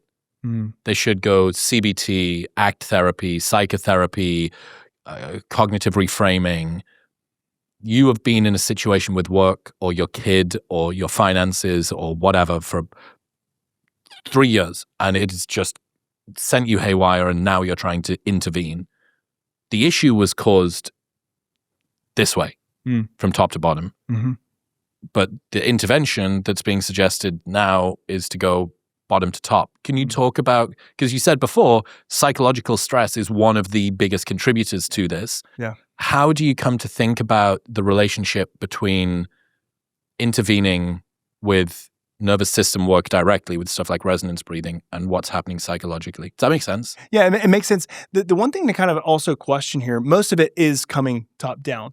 But there are some actual theories of emotion that are actually looking more at bottom up. So there's James Lang theory of emotion that actually says that we encounter an incident. So let's say we encounter an event, an external event, and actually our physiology is the first thing to respond. So we're kind of built and ingrained with this like unconscious kind of scanning of the environment to determine threats that's really not driven by our cognition, but it's just really primal. And it's the thing that when we see the snake that's lying there, maybe we haven't been taught to be afraid of the snake, but something inside of our physiology says, no, danger, like don't go there. And so then we receive that signal from our body up, so it's bottom up. And then now we're starting to make a cognitive appraisal with that thing that we just experienced. Turn that into a modern example story for me. Oh, sure. Yeah, sure. So I can give you a clinical example or a performance example. Both. Which one? Okay, let's go both. So clinical example. So this would be someone, for instance, who is experiencing, oh yeah, please do a session. Get into some. You're doing a long answer, so I'm going to do this. For a little while. All right. So clinical example. So let's say someone who experienced like some actual trauma. So my background is I've worked historically with operators, like special operators in the DoD, and also with veterans. For these individuals, they're encountering so many different types of external events that put them readily on high alert, as they should be. They should readily be on high alert. So they experience kind of all these things that they know should be associated with danger, and so therefore like engage kind of this protective mechanism to kind of fight off kind of what they have, tune in, lock in. So I had a veteran kind of back in the day when I was working within the VA, and he has had all these experiences kind of like within kind of war. So he was over in Battle of Fallujah, kind of like the early times of us being over, in the Middle East during Iraq and Afghanistan war. And he came back and he was like, I know that my nervous system you just got into a state of resonance. So I do want to comment before going on with my story that the lamp is now blue. indicative that Chris Williamson, during our communicating just now, or me communicating a little bit one-sided, got into a state of resonance. And now that I'm bringing it to his attention and calling it out, he's exiting resonance. Motherfucker, did you kick me out? Oh, I kicked you out because I brought attention to it. But no, anytime you go into blue there, you're in a state of physiological resonance. Your nervous system is responding and firing on all cylinders in the best way possible. This is great. It's like story time with nervous system training. like it. You're telling me about this guy. Yeah. And we haven't gotten to the good meat of it. So exposure to all these things. So he comes into clinic and he says, I've noticed that like every single time like I go out to drive, like I lock up. The entire body locks up. I can't think straight. I get tunnel vision. Like all of these things are occurring kind of within my nervous system. And he didn't coin it that way because he didn't know to use the language nervous system, but he said that everything just feels really disruptive. And it's gotten to the point now where like I actually have a phobia of getting in the car and driving anywhere. Like I can't do it. So that's caused me to be socially isolative. I'm a hermit. I just kind of live by myself, do my own thing. The only time I come here is when I get a taxi because Uber wasn't a thing back then. Am I aging myself here? And he would go to the VA to receive help. Okay. So then when we started to unpack and explore like what was going on here, basically what he would say is that he would walk out and he wouldn't even actually like be looking at a car. But he would know that he was kind of like moving towards a car. And all of a sudden his physiology would just ramp up. Heart rate would increase. Everything would just kind of like become immensely excitable. And so, there's this association that he's making, but we don't know like what the association is why it's there. And so as we kind of backpedaled and unpacked a little bit of things, because as you do in therapy, which I am a psychologist, so of course, like that's kind of part of what I do, is that we realized that he was making just these really broad associations with hitting IEDs, kind of out when he would be in Humvees during his time over, and associating that with the car. But that wasn't something that was cognitively manifesting. It was really his physiology that would ramp up and send that signal directly to his brain. And then he would get into this tunnel vision, highly sympathetic mode and not really kind of know what to do in that moment. So it would be like, well, I'll just avoid. I'll go inside. I won't do like anything because that keeps me safe. And that becomes obviously a really vicious cycle. So he's experiencing kind of like all this flood of changes within the physiology that's sending this signal to the brain that this is a dangerous environment. This dangerous environment is now connected with previous experiences. So I experienced kind of all these nasty things that happened over in the Middle East. And so now I've created this vicious physiological cycle. And so this is where, like, yes, we want to leverage something like top-down cognitive processing or therapy with him. And that's important. But actually starting from the body up and helping him just learn how to regulate that physiological response was the best place to start. Because trying to change the mind with the mind, I've heard Huberman talk a lot about this, and I really agree with Huberman on this. It says trying to change the mind with the mind is a bit like tug of war. It's very difficult. You can kind of get into these nasty impasses and you're just always butting heads. But changing the mind with the body tends to be a lot more efficient, and it is the thing that can bridge the gap and segue us into doing the top-down processing. Because all the things that you mentioned before, cognitive behavioral therapy, ACT, all of these evidence-based psychotherapies are immensely valuable tools. Like they are 100% needed and they are efficacious.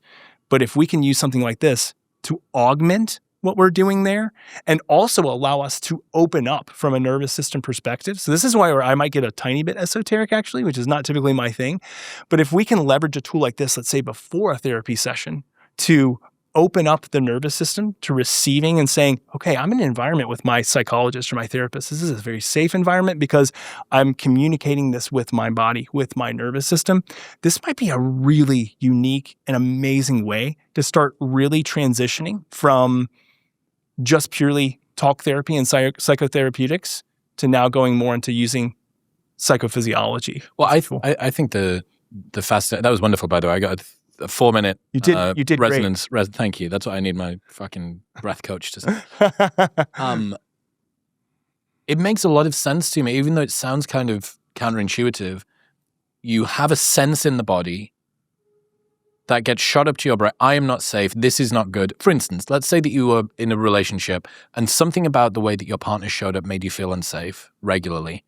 You don't really know what. It's like, what is it that they've done? Maybe they took a bit longer to text back. Maybe they didn't put a kiss at the end of the message. Maybe they seemed a little bit more distracted. Maybe something about them, the way that they show up, your conception of them makes you just feel a bit activated or agitated. And then you start to tell yourself stories about why I don't feel good. It's like, why don't you feel good? So I'm not really too sure. So you have some sense that has hit you that's kind of like the relational equivalent of a snake.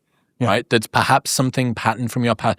Mum also seemed to be a little bit distant and you had fears or threats of abandoning, or you feel like you need to perform in order to win your partner's love, and that was just the same way that your grandma or your father or your school teachers, or some story that you've told yourself, not even from childhood. You don't even need to go back to childhood.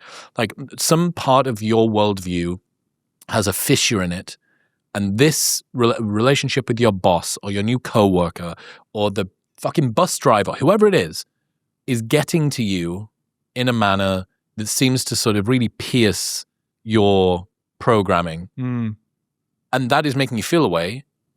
Well, the only place you can experience that is in your brain. And you go, well, I'm now going to start to tell myself a story about why I feel this way.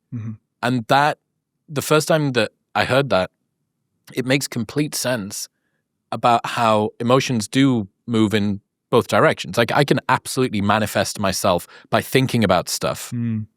Completely imaginary situation, right? Allow me to just come up with this potential catastrophe or good thing, and it go top down. But I can also feel something in the body and it shoot up and tell myself.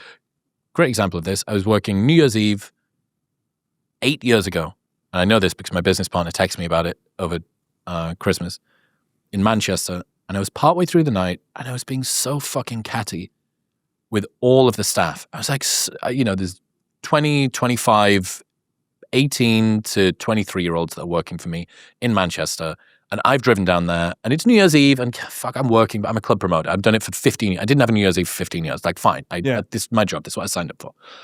I'm in a different city, and we've sold out, and we've made some good money, and it's whatever. I was being so fucking short with everyone. And I got a text from my business partner, and he said, I'm locked in the disabled toilet at Riverside, which was the venue that we used to run in Newcastle. I'm like, I'm 150 miles away. Have you lost the key? Has someone else locked you in there? Is there a fucking shooting going? Like, what is this? Turned out that he'd got norovirus. He'd got a 24-hour stomach bug. Brutal. And we'd been to his son's first birthday party in between Christmas and New Year. Turned out that was a super spreader event for fucking norovirus. I'd been super short with all of the staff that had been on site with me, and it turned out that I also had norovirus. I was about to, an hour and a half later, feel nausea and feel like I wanted to spend the rest of the day in the bathroom. But my behavior had been, I'm being short. Why am I so irritable? I'm feeling this sort of a way. Right. Like if that doesn't say that you can have a sensation that I literally didn't have an explanation for until I started to do the fucking Sherlock Holmes corkboard thing of piecing together. We went to the kid's birthday and he's in the toilet and oh my God, this means I'm going to be in, and I'm 150 miles away from home and I have cream leather seats in my fucking BMW. This is going to be Right. Sure enough, I had told myself a story about what it meant. Well, maybe it's because this thing wasn't organized with the DJ booth, or he didn't bring his microphone, or I found out that the fucking DJ that night wasn't going to do the countdown because nobody had prepped him that he needed to use the mic. Yeah. And he was being a purist. And I was like, I guess I'm going to have to fucking count down from 10 at my own event while I'm trying to hotwire the pyrotechnics using 2 9-volt battery. It was a fucking nightmare. But I told myself all of these stories about this little adventure that I'd been on that had nothing to do with how I was feeling. Yeah. And it was exclusively because I was going to shit my pants in 2 hours' time. Yeah. And that sense, it completely tracks. It's a method of self-preservation. I'm trying to put together a piece of your story, how kind of like you creating that is a bit of self-preservation, but maybe there's something that I could link there. But we're doing it all as a method to make sure that we continue our survival and pass on our gene pool. Ooh, do you know lassitude? You know what lassitude is? No. The sort of emotion of being unwell, being sick, like physically sick. And I did this episode with Diana Fleischman, and she was telling me about lassitude. And some of the interesting elements of lassitude are you want to be around friends and family more. You don't want to try new foods. You prefer bland foods. If you've got the flu or something, bread and toast, like butter on toast and cups of tea. My Britishness is showing here. So showing. Wanting to be looked after by mum or partner or whatever. Well, why? Because if I try some new food, that might have pathogens in. If I try and make friends with someone, they might not be able to look after me. So you have these behaviors that are impacted by your physiological state, by your medical state, right? Your sort of current health system is leaking out of you into your behavior. Yeah.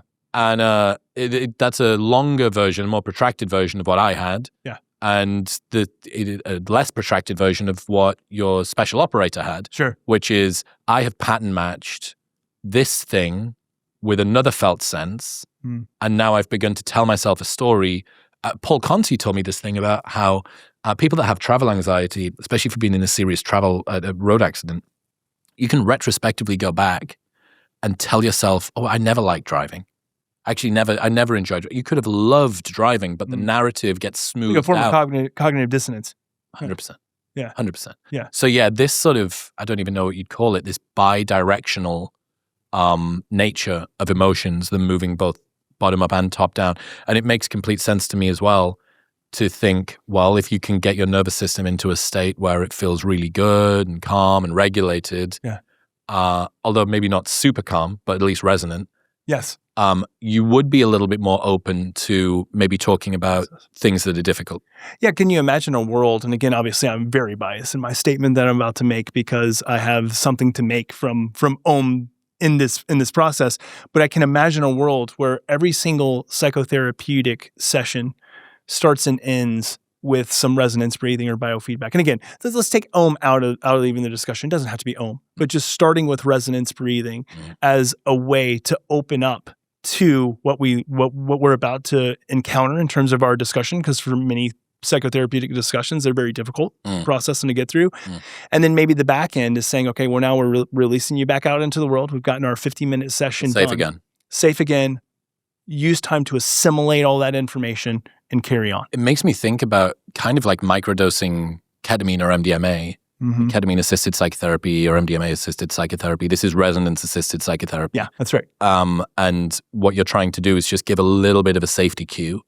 And I suppose that's in large part what MDMA is trying to do, right? It's opening the heart up. It's you can talk about this thing without reliving it in the same sort of scary, dangerous way. You're being comforted by someone. Okay, so for resonance breathing, what is a good starting point that's realistic to get good progress? Like how much, how often, how long? What's the protocol? Yeah, if you want state change, if you're like, hey, I need something right now, just a couple minutes. I mean, even a minute to 3 minutes will get you a really good solid effect. One of the things that we know is that resonance breathing in and of itself, its efficacy is so immensely high that we can safely say that every time you do it, you have a net positive benefit in terms of a nervous system perspective. It's a nice little gentle hug.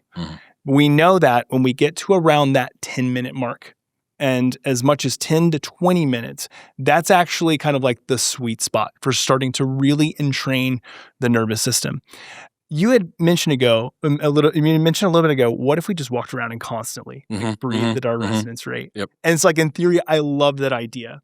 However, what I will say, and that hasn't been tested for obvious reasons, but what I will say is that the research does demonstrate that going above about 20 minutes of resonance breathing, like the return on investment, like it starts to drop. There's no deleterious or detrimental effect, but you're not gaining any more significant appreciable gain, like from doing longer than 20 minutes. So I always tell people the sweet spot is per day, 10 to 20 minutes. And that is not 10 to 20 minutes compounded over the day. It's doing sessions, like the compounding, like if I did 5 2-minute sessions, equals 10 minutes, Mhm. you're not going to receive as nearly as much of the longitudinal benefits as you will with a singular 10-minute session. We Why? do have research. Because the nervous system doesn't start to really entrain in a single session and make those larger scale baroreflex changes until about minute 8 to 12. The minute 8 to 12 is when we start to see them making those more robust changes. It'll change. The nervous system will make significant changes before then, but the adaptations don't occur until that point in time. So that isn't said to say, oh, hey, if I get an ohm or do some other breathing practice that I should never do anything less than 10 minutes. Not at all. I do it all the time. Like in between meetings, I'll do 3 to 5 minutes. Is that having necessarily the compounding effect? Not as much as the 10-minute sessions or the 15 or the 20-minute sessions. So I tell people, like, if you really want to get the effects, and this is coming more from the literature and biofeedback, 10 minutes done 4 to 6 times a week.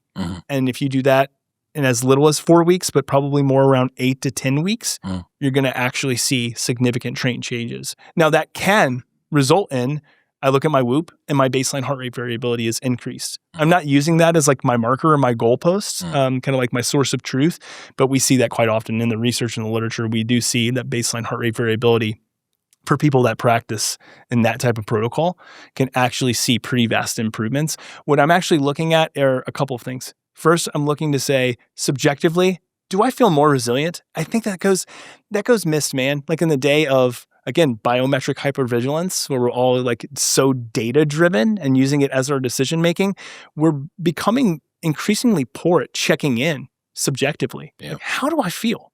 I wake up in the morning, my wearable says that I'm in the red and I feel, and it says I'm a 29 out of 100, but how do I actually feel? Like bypassing that is a huge mistake. So we know in the literature that people that do this type of protocol, one of the main things that they see is they see better emotional regulation. Okay, so maybe my fuse isn't as short as it once was. Maybe I have a little bit more lenience. Like in this business call, we're working with Deborah down the hall. She doesn't piss me off as easily, or maybe she does piss me off, but I don't fly off the cuff with her. They see better sleep. We actually see improvements in sleep metrics and markers. We see more resilience to kind of other things like recovery. We actually see that we improve things like physiological recovery. So, for instance, like I know a lot of people a lot of the pro athletes that I work with, every single time that they are working out or they'll do like a training session, they're down-regulating their nervous system with ohm for about 10 minutes or so, like post that session. That's the protocol. So let's say there's someone who is a high performer, creator of some kind. Maybe they give presentations at work. Maybe they're a salesperson. Maybe they're trying to learn something. They're a student. How would you stack resonance breathing with skill acquisition, practice, game time? Are you doing it before? It feels like I'm not convinced that it's great for everything. If I'm an NFL player, I probably just want to be listening to Creed before I go out. I don't necessarily want. I want to be like hyped. I don't know if I want to be doing this. It depends on their level of autonomic dysregulation. So, for instance, like I had an NHL player that I worked with, and he had an amazing player. Great player. You told me about this guy, but just could not control his game nerves. Significantly. Like he would get in practice, he was like the generational talent, but couldn't do it on the ice. Amazing. Yeah. But when you get out on the ice, one bad touch, one bad whatever, and the brain goes, the nervous system goes, heart rate fluctuates, can't sleep the next night, like perseverating on things. And so for that individual, I'm going to structure a protocol that looks quite different for him than I am going to be, let's say, someone who's like, man, I need to get amped up. Because I have worked with multiple MLB players, like pitchers especially, who the day that they're pitching, some of them are like, I'm just not feeling it. There's like this lag of energy. Like I need to like amp myself up. I'm not going to have them probably do as much resonance breathing before they go out. But they might do it afterward in order to bring 100%. Themselves back down. Exactly. Well, because they're on a bunch of, whatever, nicotine and whatever else. Pumpkin energy seeds drinks. And whatever else. Yeah, exactly. Okay. Let's add in now. Let's say that somebody wanted to, by the end of 2026, I want to make as many great improvements to my nervous system and also my HRV. I'm just gaming the HRV game, right? I want to piss all over everyone else in my Whoop group. What would you structure as a pretty easily compliant, broad spectrum protocol that includes the cardiorespiratory work? What would that look like? Something that's relatively easy to stick to, but it'll capture most of the gains, including the resonance breathing, and then also looking at any other contributing factors. What would you do? The first thing that you can do is send a text message to all those in your Whoop group and say, hey guys, let's stop comparing our HRV. Yeah, you should actually have a beer before you go to bed on a nighttime. I've heard that Huberman's been talking about it. Exactly. Yeah. There's huge proponents of at least like 2 to 3 beers. Right before you go to sleep. Yep. So the first thing that I would say, and again, I'm trying to think about what are the best levers that you can pull to kill the most birds with one stone. Yep. And literally it would probably be just 2 things that come to mind now, because I don't want to add, I could create a protocol for you where I have created protocols for you where I can add layers of complexity where there's tons of things. But I think for the everyday individual, if you focused on 2 things, which are both modifiable factors, like we talked about, so nervous system regulation earlier, I think that you're going to get the most bang for your buck. I think the first one is exercise. I think that enhancing cardiorespiratory fitness and getting more on a path to increase things like VO2 max. And again, like you just go listen to any of Tia's stuff where he talks about, improving, the base of the pyramid, through zone 2 training and high intensity training as well on the top. Like just listen to all of his stuff. I mean, you're improving cardiorespiratory fitness, which is improving cardiovascular output and therefore lowering resting heart rate, and you're going to improve HRV that way. If we're just thinking about improving HRV, is that then equate to improving things like parasympathetic braking or vagal braking or vagal tone? Potentially. We do have some research to suggest that exercise in and of itself is a great way to actually exercise the vagal brake. So that way, again, we're kind of killing 2 birds with one stone. We should be exercising and improving cardiorespiratory fitness no matter what. And the second component, again, this is my bias 100% coming out, is that we need to have dedicated time and practice where we are in a controlled environment and we're down regulating our nervous system. So for many people, meditation is really helpful for them. And I don't want to, poo-poo on meditation. I think it's a great practice. I actually think that HRV biofeedback that we've been talking about is an amazing thing to combine with mindfulness and meditation. I actually think they work very well in tandem with one another. But the thing about meditation is that creating a practice that's 15, 30 minutes a day, that's maybe not as much structured, it's just really hard to create good behavioral habits and routines around that. So for most people, I would say, then that's where I would turn to, and again, bias coming out, something like OM, where it's like we're actually spending dedicated time in a controlled environment to train our nervous system 4 times a week at 10 minutes, per day, even as little as 10 minutes. If you want to do more than that, do more than that. Like for instance, I aim for 15 minutes of resonance a day, not 15 minutes of practice, 15 minutes of my time in blue. So when you turned it blue during our discussion a minute ago, I want 15 minutes where I'm holding myself in that. Now that doesn't have to be 15 sustained minutes. I'm not sure if I've ever done 15 minutes of sustained resonance, but 15 minutes cumulative. And I normally do 10-minute sessions or other small sessions. So again, if we had to kind of come back, that's me like maximizing output of the vagus nerve. If we're just saying, well, what's the minimal dose that somebody can do to get started? I think 4 times a week, 10 minutes a day. So that's 40 minutes that you have to devote to the nervous system gym every week will get you a lot of the benefit and certainly provide a good foundation. When you've looked at the evidence around resonance breathing, what does it suggest about what people should be doing with their minds? Ooh, good question. Have you ever noticed, like when you're using it, have you ever noticed that when your mind starts to go and wander, what happens? Yeah. I've been in the blue so much, and then all of a sudden, like I will catch my mind go. Here's the great thing. It is kind of mindfulness. 100%. Yeah. And you have to be mentally attuned to what's going on. Otherwise, it's like the nervous system knows. It's like you're feeding it information. If the mind's going, then it says, well, we need to, again, sympathetic nervous system, we need to mobilize energy. So we can process all that thinking. And so then therefore... It's pulled you out. It's pulled you out. Right. It's pulled you out. So there's a direct connection there. That's why I say that meditation and mindfulness is immensely important to include as a layer of what you're doing with biofeedback. Otherwise, I think you're going to miss out on some of the other potential mental attunement benefits. Well, I think one of the risks that you guys are going to have as this becomes bigger, and there will be, based on how good I think this product is, I think there's going to be like 1 million copycats within the space of a couple of years, one of the things I've noticed, because you don't need to look at your phone. Again, for the people that are just listening, it's like a stone. You hold the stone in your hand and you breathe in time with the stone, and the stone can just vibrate. But what it means is you don't need to look at anything because you've linked the lamp in with the Wi-Fi, so you never actually have to open your phone again. Yeah. So I have it next to my bed, and it means that when I'm watching a movie, I watch Die Hard because it's the greatest Christmas movie of all time.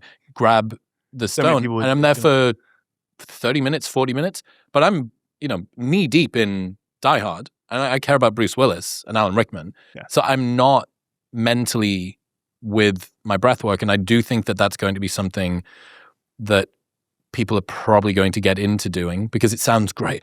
Oh my God, I can train my vagus nerve while I watch a movie. That is fantastic. But how many of the gains are you losing by not focusing where you're supposed to be?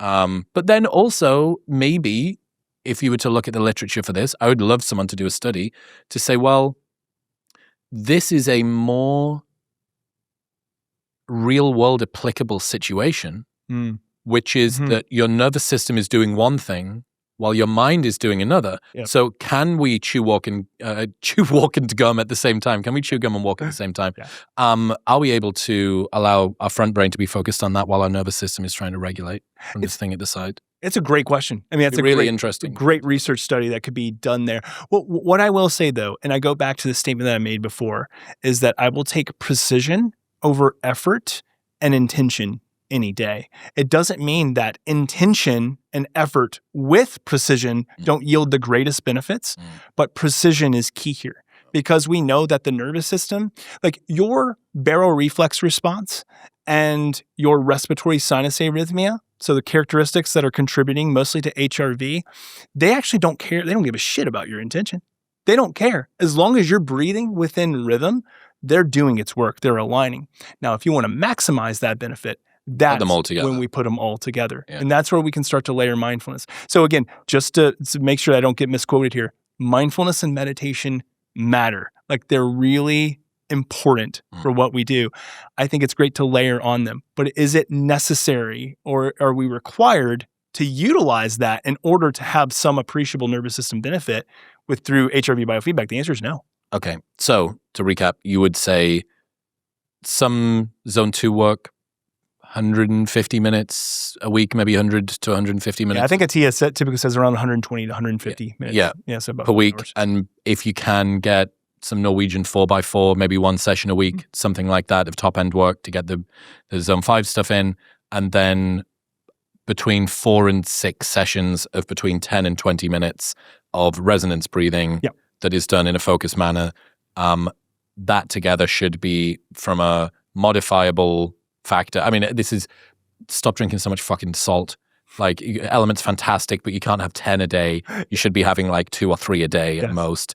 Blood volume is a huge contributor or influencer to heart rate variability. So you don't want to be dehydrated, but you also don't want to overhydrate. That will build you about as good in terms of HRV gain.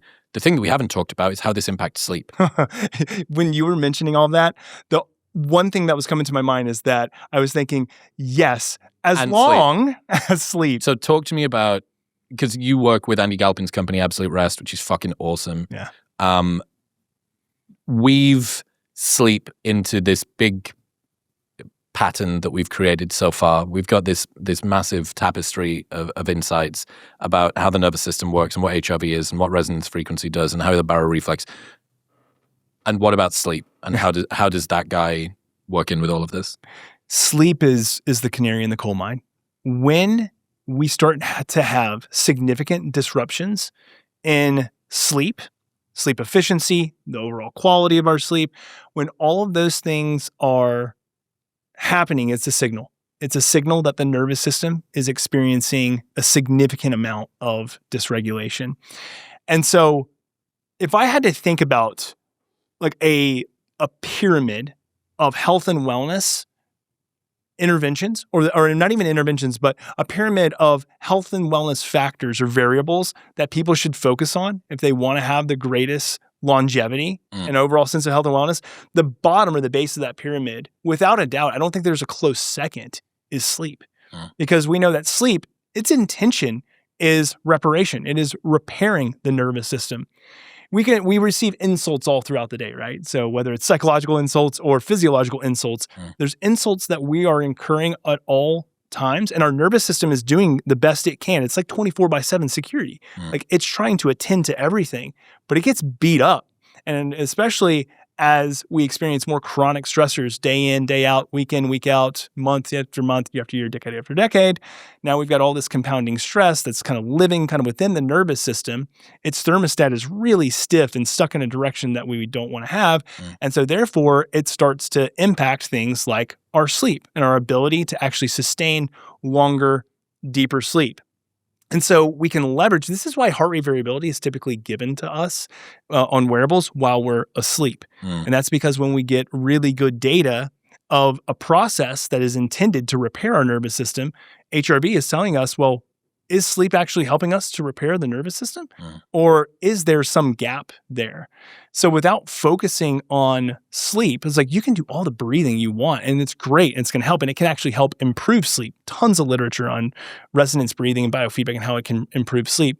But if you aren't addressing sleep issues at its core, which can be a wide variety of factors, nervous system dysregulation probably being the foundation of that, then like all the other things that you're doing maybe aren't going to have nearly as much of a net positive impact. So we have to start with sleep. So is sleep where trait level autonomic regulation sort of shows up the most?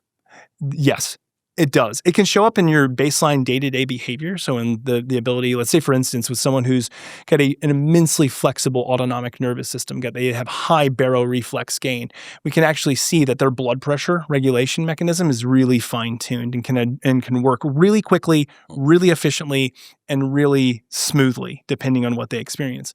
However, in sleep, we're taking out all the external variables of like physiological and psychological insult, so stress. We're taking all of that out. Pretty blank canvas. Yep, blank canvas. And we're saying, okay, here's true baseline. Here's the process where like we are working to repair Well, I guess everything. you can't fake regulation during sleep.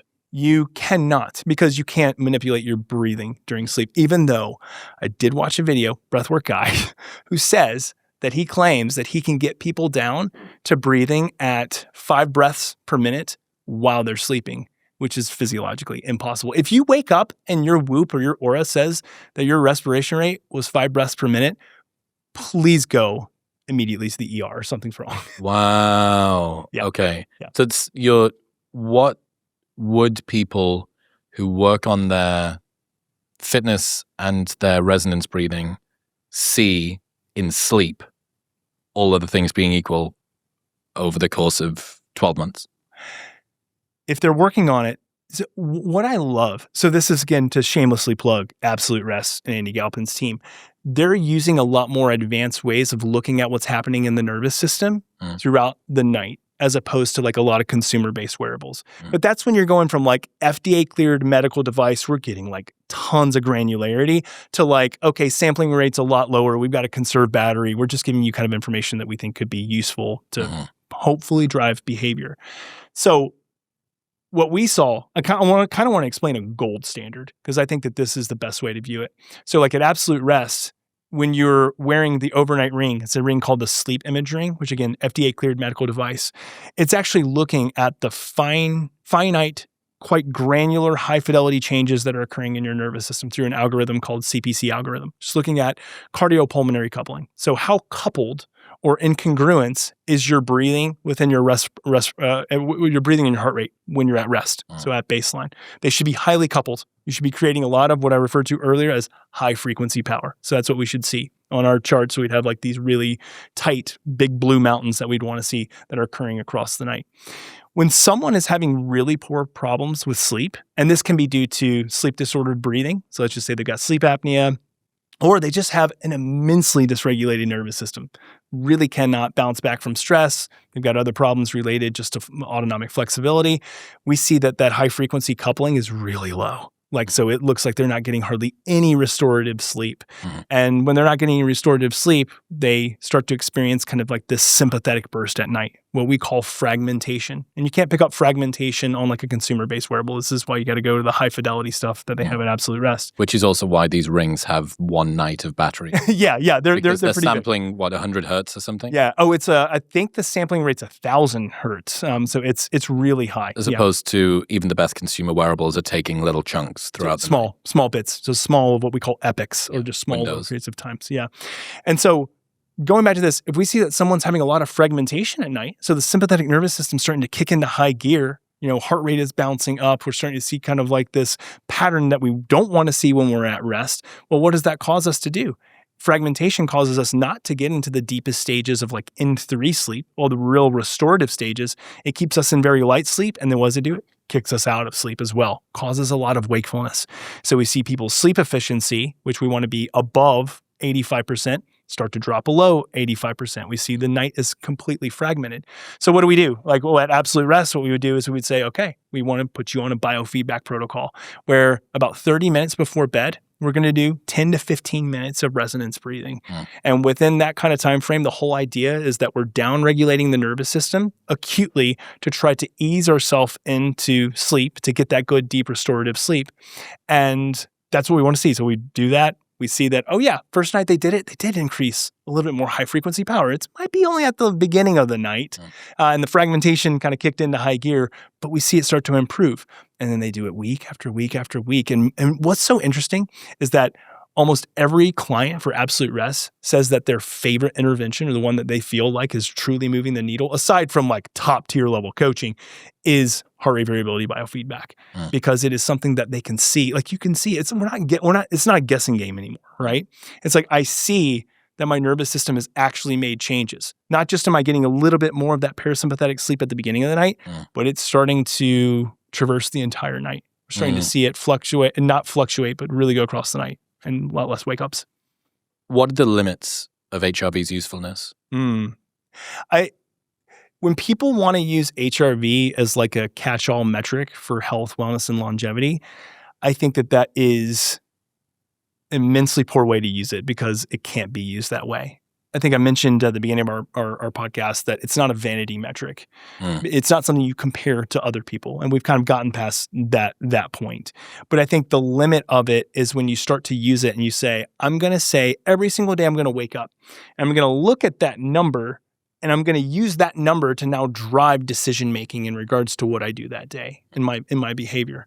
And the problem that will ultimately arise from that is that, again, you're not taking context into consideration whatsoever.